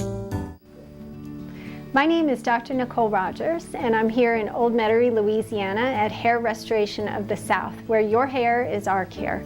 And I'd like to invite you to come and visit and discuss various options for treatment of thinning hair. These can include both medical and surgical options. You don't have to go straight to surgery. In the meantime, feel free to check out our website, hairrestorationofthesouth.com, and we look forward to seeing you soon. Cypress Lake Apartments are conveniently located off Segan Lane in Baton Rouge, a CLK multifamily management property. Come see this community, which has many amenities including swimming pools, fitness room, playground, and much more. 1, 2, and 3 bedroom apartments. Stop by Cypress Lake Apartments, call 225-293-6789, or go online, live at cypresslakeapts.com.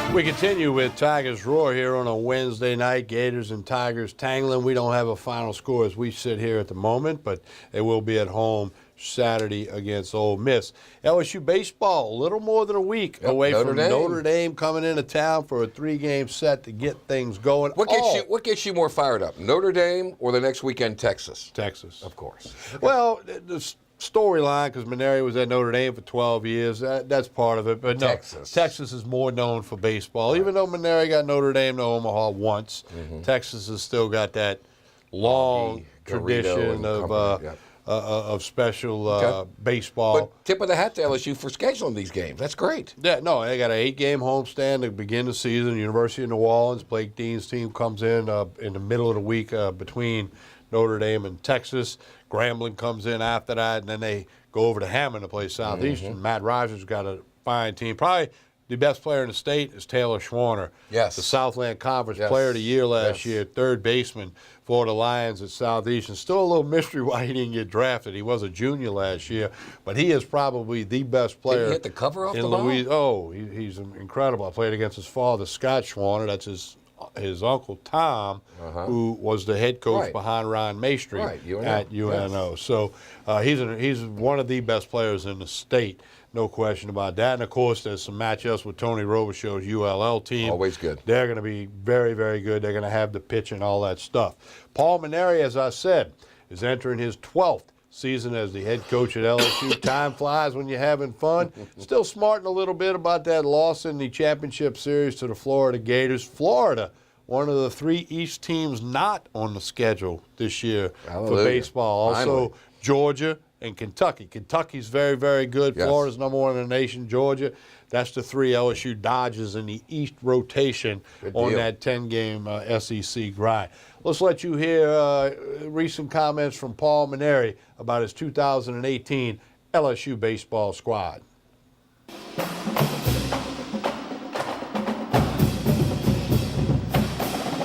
Paul, 2 weeks out, just kind of where's the progress at? How do you feel like the boys are getting at it?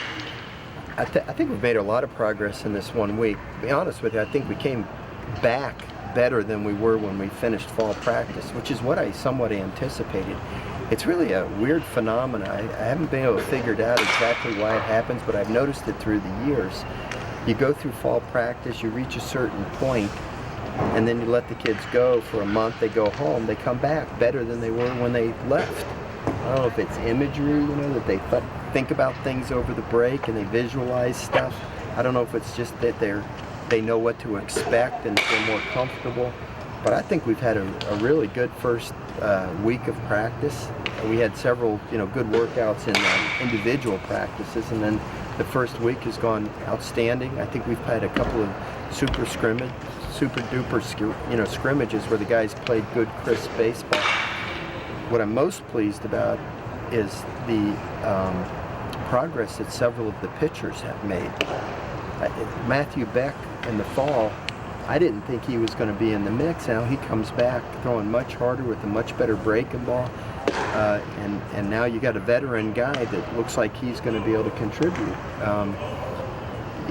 Really a handful of the pitchers look better than they did even in fall practice.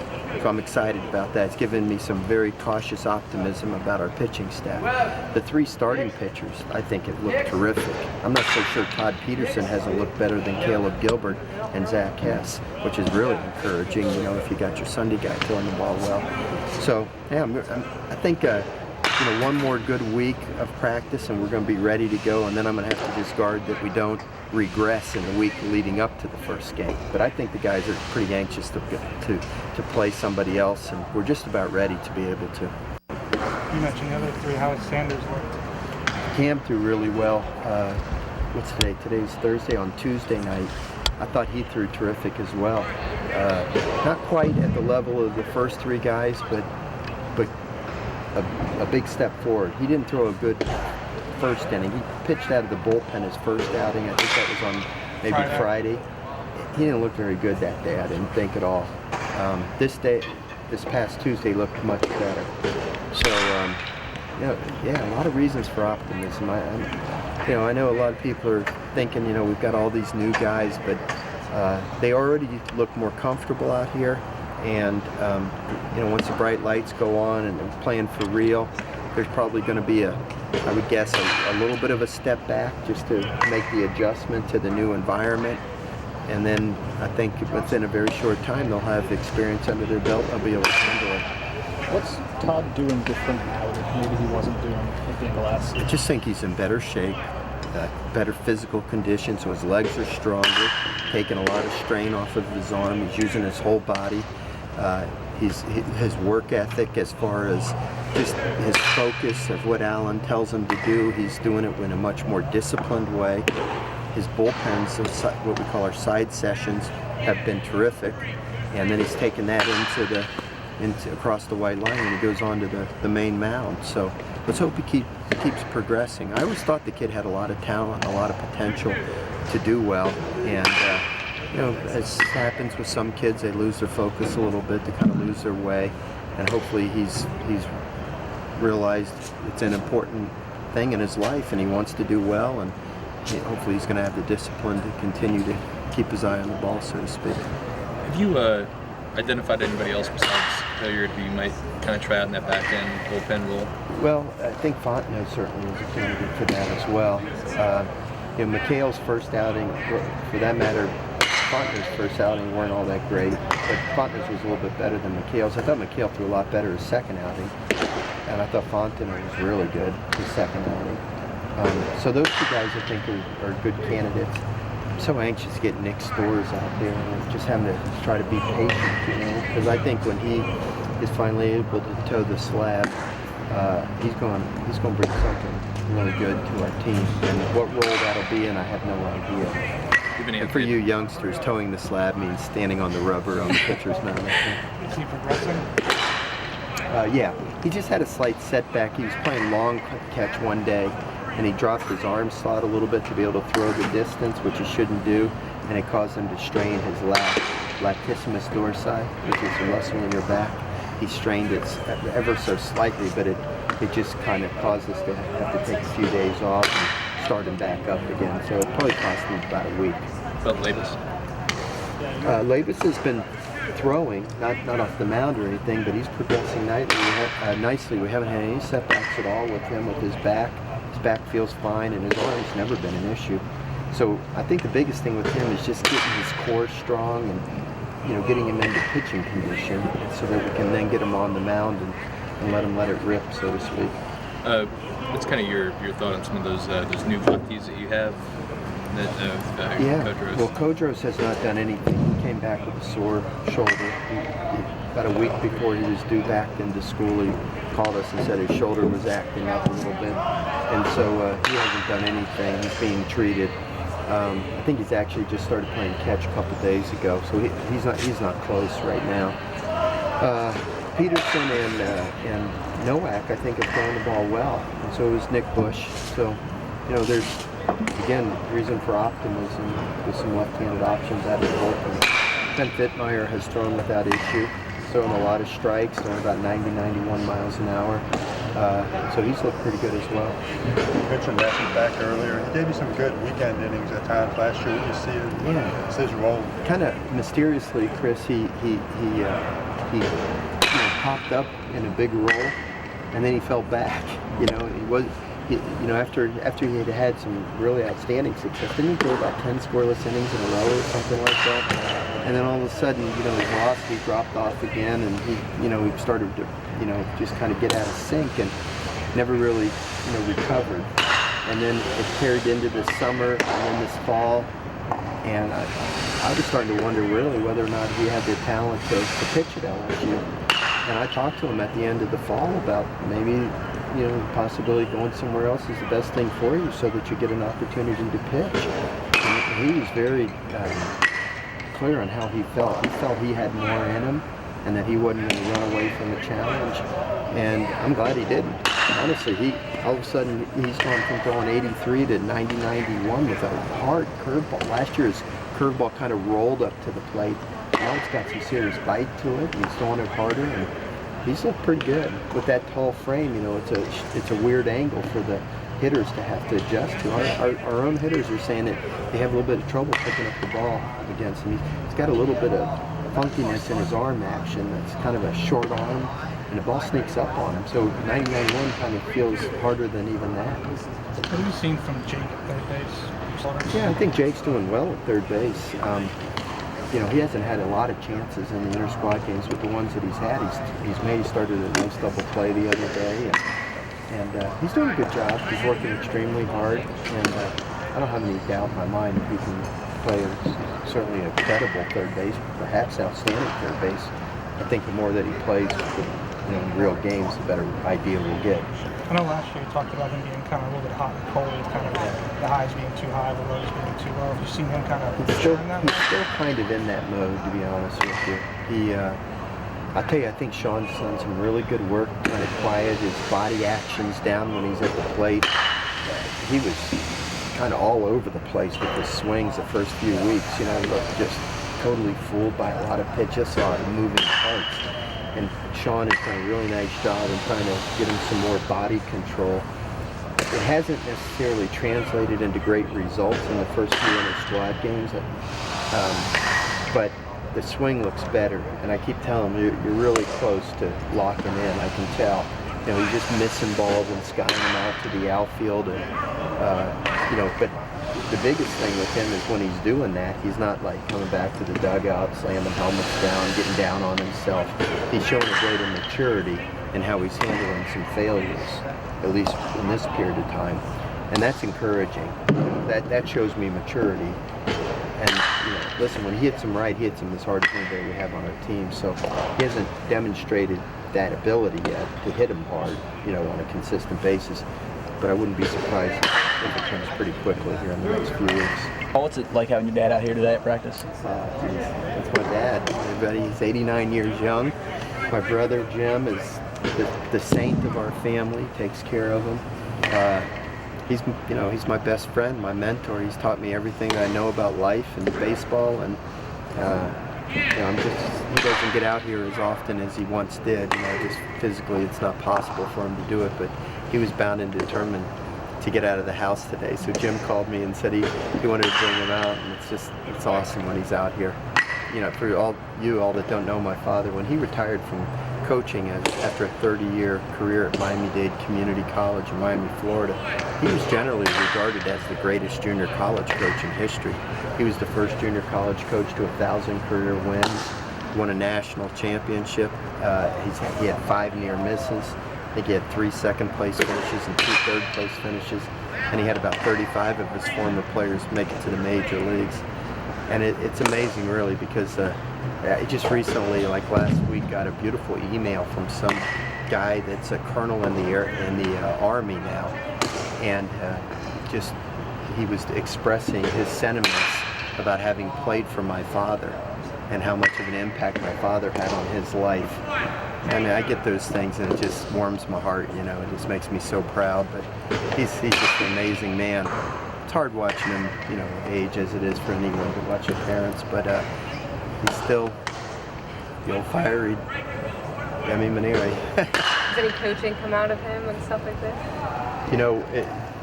I've coached in about 2,100 games, I think last count, somewhere around there. Okay, and probably the first, 1,600, 1,700 games, I probably called him after every single game to analyze the game, get advice from him and that type of thing.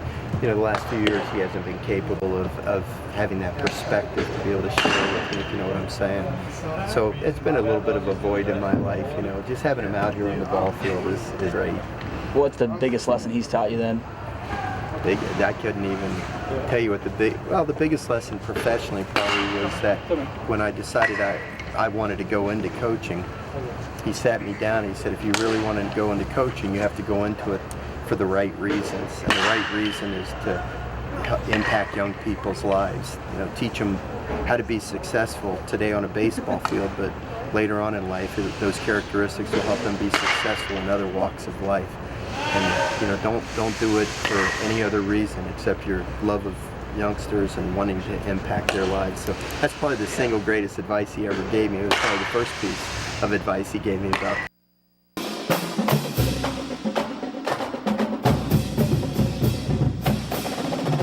Hey, we continue with Tigers Roar. Again, in case you miss it, it's always going to be up on YouTube. Mid-morning on a Thursday, about 9, 10 o'clock, youtube.com/Pelican Broadcasting. If you hadn't done so already, like us on Facebook. Facebook page is Pelican Broadcasting. Twitter account is @Pelican Sports. And, of course, I just mentioned the YouTube channel. We'll take our final break of the afternoon, come back with some thoughts on National Signing Day. The 2 kids LSU did sign. And just kick a few things around and put a wrap on this week's edition of Tigers Roar. You are watching Pelican Sports TV, Baton Rouge, Lafayette, New Orleans. Jordy Hultberg, Tommy Chrysan. Stay with us.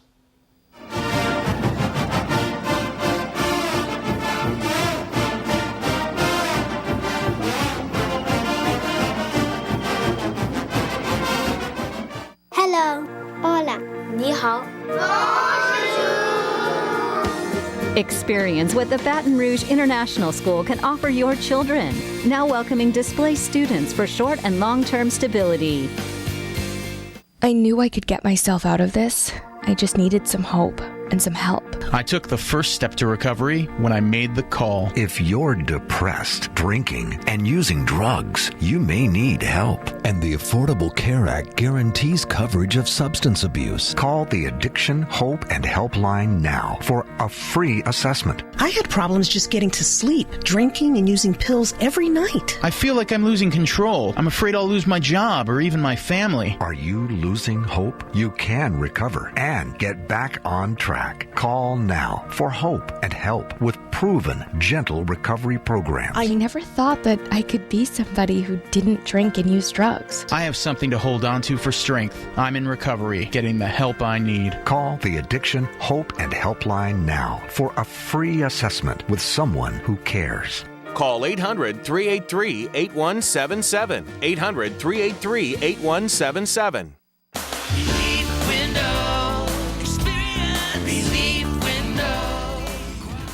When my wife and I started Relief Windows, what we were trying to do, what our goal was to give a quality job to a homeowner. Everybody's scared of contractors. We wanted to change the mold of what that is.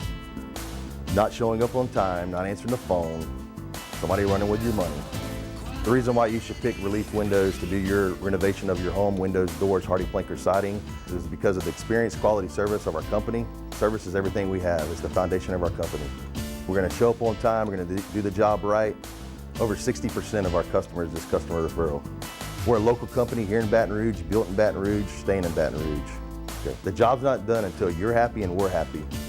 It's built the old-fashioned way, with a handshake. Here at Relief Windows is honored to be official window, door, and siding company of LSU Athletics, from one winning team to another.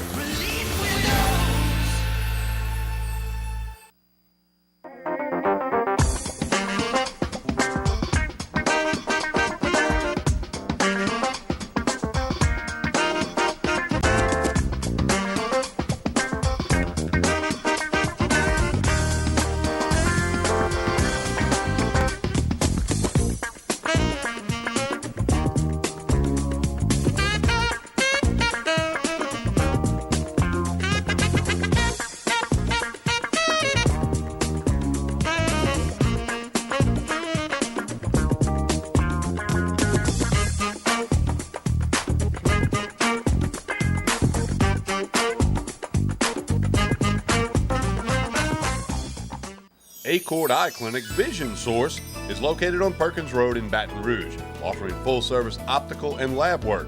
Dr. Shonda Acord and the professionally trained staff pride themselves on service, complete eye exams, help with contact lenses, and selection of frames featuring Silhouette, Gucci, Jimmy Choo, and all the top lines.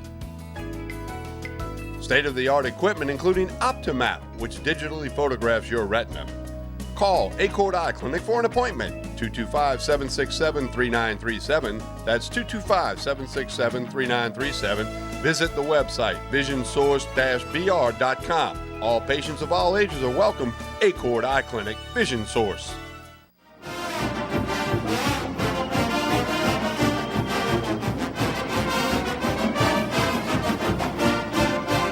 National Signing Day is come and gone. LSU puts 2 names on the dotted line. 23 Safety, total. Calvin Joseph from Scotlandville, say they may try him at corner. Wide receiver Jamar Chase from Rummel, played for Jay Roth down there in Metairie. 2 scholarships still available. Coach O says they'll see if there's some graduate transfers, go forward on that. If you add these 2 to the 21 they signed in the early signing period, the class is good. Mike Scarborough, TigerBait.com, gives it a C.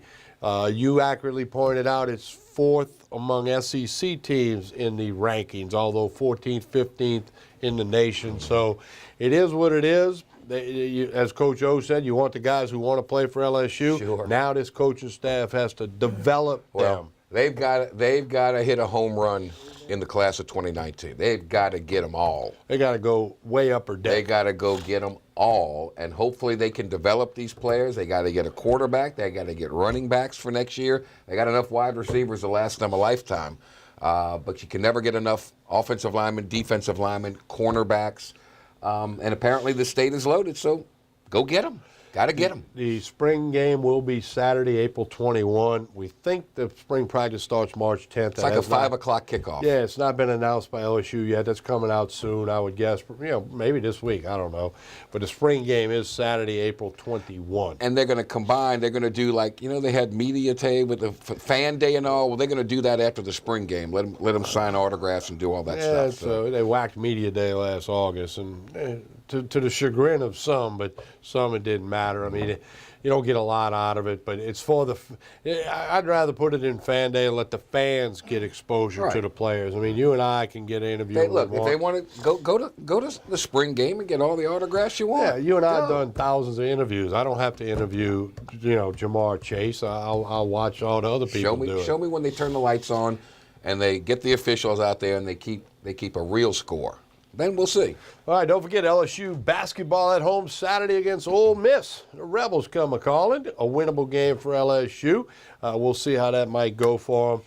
Baseball's right around the corner. Gymnastics. Softball starts Thursday. Beth Torina and softball cranking it up this week. So a lot happening out there. There's a big day Saturday at Southern University, Alumni Day. They're going to honor the team that beat Georgia Tech in the NCAA tournament, a 15 seed beating a 2 seed. We're going to have some Pelican cameras out there to put a little show together for you. Follow us on social media for information on that. Big day. Get out to the F.G. Clark Activity Center this Saturday. Women's, men's doubleheader starting at 3.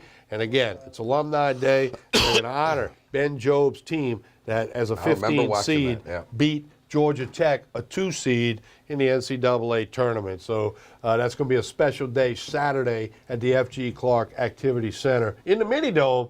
Get on out there to Southern. We'll have some Pelican TV cameras out there. You might end up on TV. You never know. Wow. How about that? I remember that a shot every 8 seconds. That's what Ben wanted, and shocked the world on that one. A great person and a great coach. Passed away last year, but I'm sure there'll be plenty of Ben Job stories happening this Saturday out there at Southern. So check that out. Go Jag Sports is their website.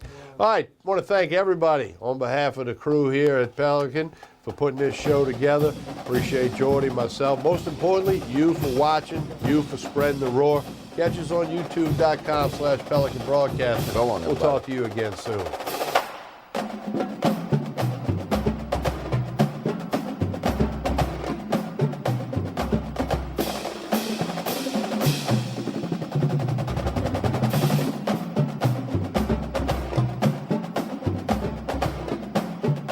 This is an important announcement. If you're between 50 and 85 and worried about your loved ones, you can still get affordable life insurance for peace of mind. My life insurance coverage is guaranteed, and I was not required to get a medical exam. I had high blood pressure and diabetes, and I got my coverage with one telephone call. No exam necessary. I'm a smoker, and I wanted to take care of my family. I called to get my life insurance and my affairs in order. I wanted to do the right thing. Call Final Expense No Exam Insurance. Your rates are guaranteed and will never increase. I called and learned that this insurance cannot be canceled even if you get sick or gain weight. And there are no restrictions on how my beneficiaries use the money when I'm gone. Approval was easy and the price was right. I wanted to do this for my children. Call 800-654-9927, 800-654-9927.